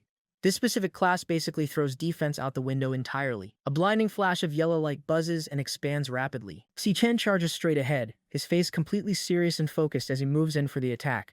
A massive fiery explosion detonates on impact, blasting red-hot rocks into the air as a voice screams out from the blast radius. The massive explosion clears, and Si-Chen crouches on a rocky ledge as large chunks of debris crash down around him. This class throws defense out the window entirely in exchange for having the single most insane attack power of any class out there. He stands up and looks over his shoulder through the floating embers. He is currently dealing with the Floor 2 Overlord of the Dreadspire. Standing at the edge of the cliff, he watches multiple glowing yellow energy beams shoot past him from a distance. This boss's class type is an archer. Suddenly, Si-Chen leaps high into the air, narrowly dodging another massive yellow energy beam that snaps into the rock wall right below him. He lands smoothly on a jagged rock outcropping next to a river of lava. He quickly calculates the trajectory of the last shot and figures the enemy must be firing from somewhere right around his current area. Staying low behind the rocks, he realizes that while the thing's ranged attacks hit like a truck, it is forced to hide and recharge for a while after every single shot. He scans the empty volcanic terrain in front of him, knowing he has to find its exact location before the next shot comes. Just then, he catches a glimpse of a dark, slender tail rustling from behind a rock wall in the distance. He immediately locks onto the target. Si-Chen sees his opening. His right arm glows intensely as yellow electricity crackles around it. He leaps high into the air, diving straight toward the dark, spiked tail below. He plans to end the fight right here with one clean kill. He strikes his target perfectly, severing a large chunk of the tail which glows bright orange from the heat of the attack. But right as he lands the hit, a blinding flash of light erupts from behind the nearby rocks. Si-Chen realizes he fell for a trap and curses. A massive explosion detonates at point-blank range, completely engulfing him in a sphere of white-hot energy. The scene instantly shifts. Si-Chen gasps loudly as he jolts awake, sitting straight up in his bed. The room is dark and quiet. He sits there dripping with sweat and breathing heavily. Frustrated, he curses the monster, calling it a sneaky bastard for pulling that ambush. Meanwhile, in the next room, Eon with long black hair stands in a brightly lit kitchen. Wearing a pink t-shirt and tan shorts, she casually stretches her arms above her head and yawns, completely unaware of his intense awakening. Later, Si-Chen sits slimed on the living room couch, holding a small, fluffy white pet in his lap. He looks completely drained, staring blankly ahead with dark circles under his eyes. Eon walks in and notices his exhausted state. She asks him what is wrong and if he didn't sleep at all last night. Si-Chen sighs and admits that he spent the entire night hunting, only to get played for his trouble. Eon sits down next to him on the couch, The small white pet hops onto the coffee table, stretching and yawning. She asks him what exactly he was hunting all night. Si Chen quickly brushes it off, telling her it was nothing and to just forget about it. He then changes the subject, telling Eon that he is thinking about heading to Sanhaven in a few days. He plans to leave right after they perform the memorial rites for their mom and dad next week. Holding the white pet in her arms, Eon's eyes widen in realization. She remembers that next week is already the anniversary. Si Chen walks over and stands by the window. Eon asks if he really needs to head out that early. He explains that since Sanhaven is a new city, he wants to go ahead and get things set up first. Looking out the glass, Si Chen thinks to himself that he needs to push his plan forward. Behind him, Eon smiles and playfully lifts the white pet up to her face. She tells the animal, whose name is Leo, that it looks like it will just be the two of them holding things down at home. Listening to her, Si Chen feels relieved. He notes that it is a good thing Leo is around to keep Eon company. Having the pet there is the only reason he can actually leave home without worrying himself sick about his sister. But there is one thing that is bugging him. He realizes that under certain conditions, his link with Leo just cuts out. He thinks back to his recent hunt. The second he stepped into the deepest part of that dungeon and the gate slammed shut behind him, his connection with Leo went dead silent. The link stayed completely severed during the fight. It was not until he fully took down the Overlord and the gate opened back up that the link finally snapped back on. His eyes glow faintly as he remembers the sudden rush of the connection returning. He stands there sweating slightly, realizing how close of a call it was. If he had not taken that monster down right when he did, even 30 seconds later, things could have gone seriously wrong. He pictures a worst-case scenario, where Eon and Leo are huddled together, terrified and completely exposed to danger while he is trapped in a dungeon. Snapping out of his dark thoughts, he looks over and calls out Eon's name. He tells Eon that before he heads out to Sanhaven, he needs to borrow Leo for a few days. Eon just stares back at him in confusion, clutching the small white pet tightly to her chest. The reality of their world is that dungeons do not appear very often. When they do, the glowing crystals and monster materials found inside are highly valuable. The resources gained from clearing a single dungeon are worth a small fortune. Because of this, every time a new dungeon appears, the government holds a formal bidding ceremony. Inside a crowded auction hall, an auctioneer takes bids for the clearance rights to a high-tier B-rank dungeon. The opening bid starts at 10 million. The price quickly jumps to 12, then 15 million as people in the crowd raise their paddles. Finally, a well-dressed man representing a major guild raises his paddle and casually bids 18 million. The gavel slams down on the podium, and the rights are sold.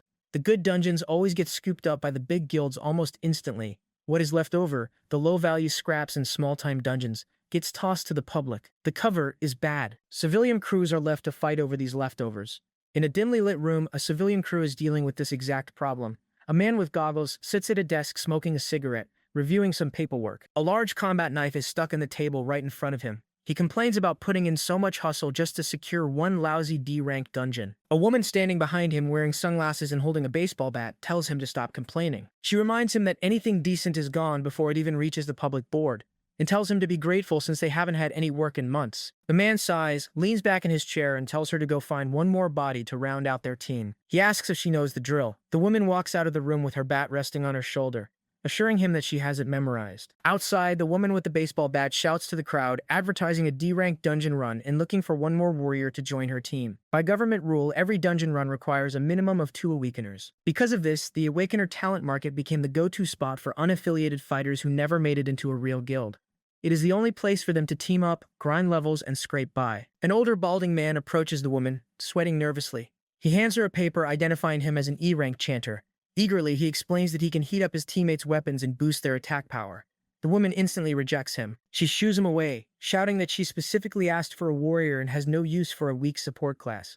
The man pleads with her, begging for a spot because he hasn't found a team in a whole month. Walking past the commotion, Si Chen watches the rejection and thinks it makes perfectly good sense why nobody wants the guy. Si Chen is at the market with a specific goal. To actually keep Eon safe, he needs to get Leo into a dungeon to rack up real combat experience and level up. Right now, his own group, Black Raven, consists only of him, meaning he has no dungeon clearance rights of his own. On top of that, his personal Dreamspire is still way too dangerous for Leo to enter. Because of this, the public market is his only shot at finding a team for now. Wearing a black hoodie and glasses to hide his face, he walks through the crowd carrying Leo in a front harness. Leo is also wearing a small blue hoodie. Si Chen looks down and asks the pet if he is ready, and Leo gives a small, confident bark. For this run, Si Chen is operating under a fake identity, presenting himself to the market as an E-rank stellar tamer named Ashton Lee.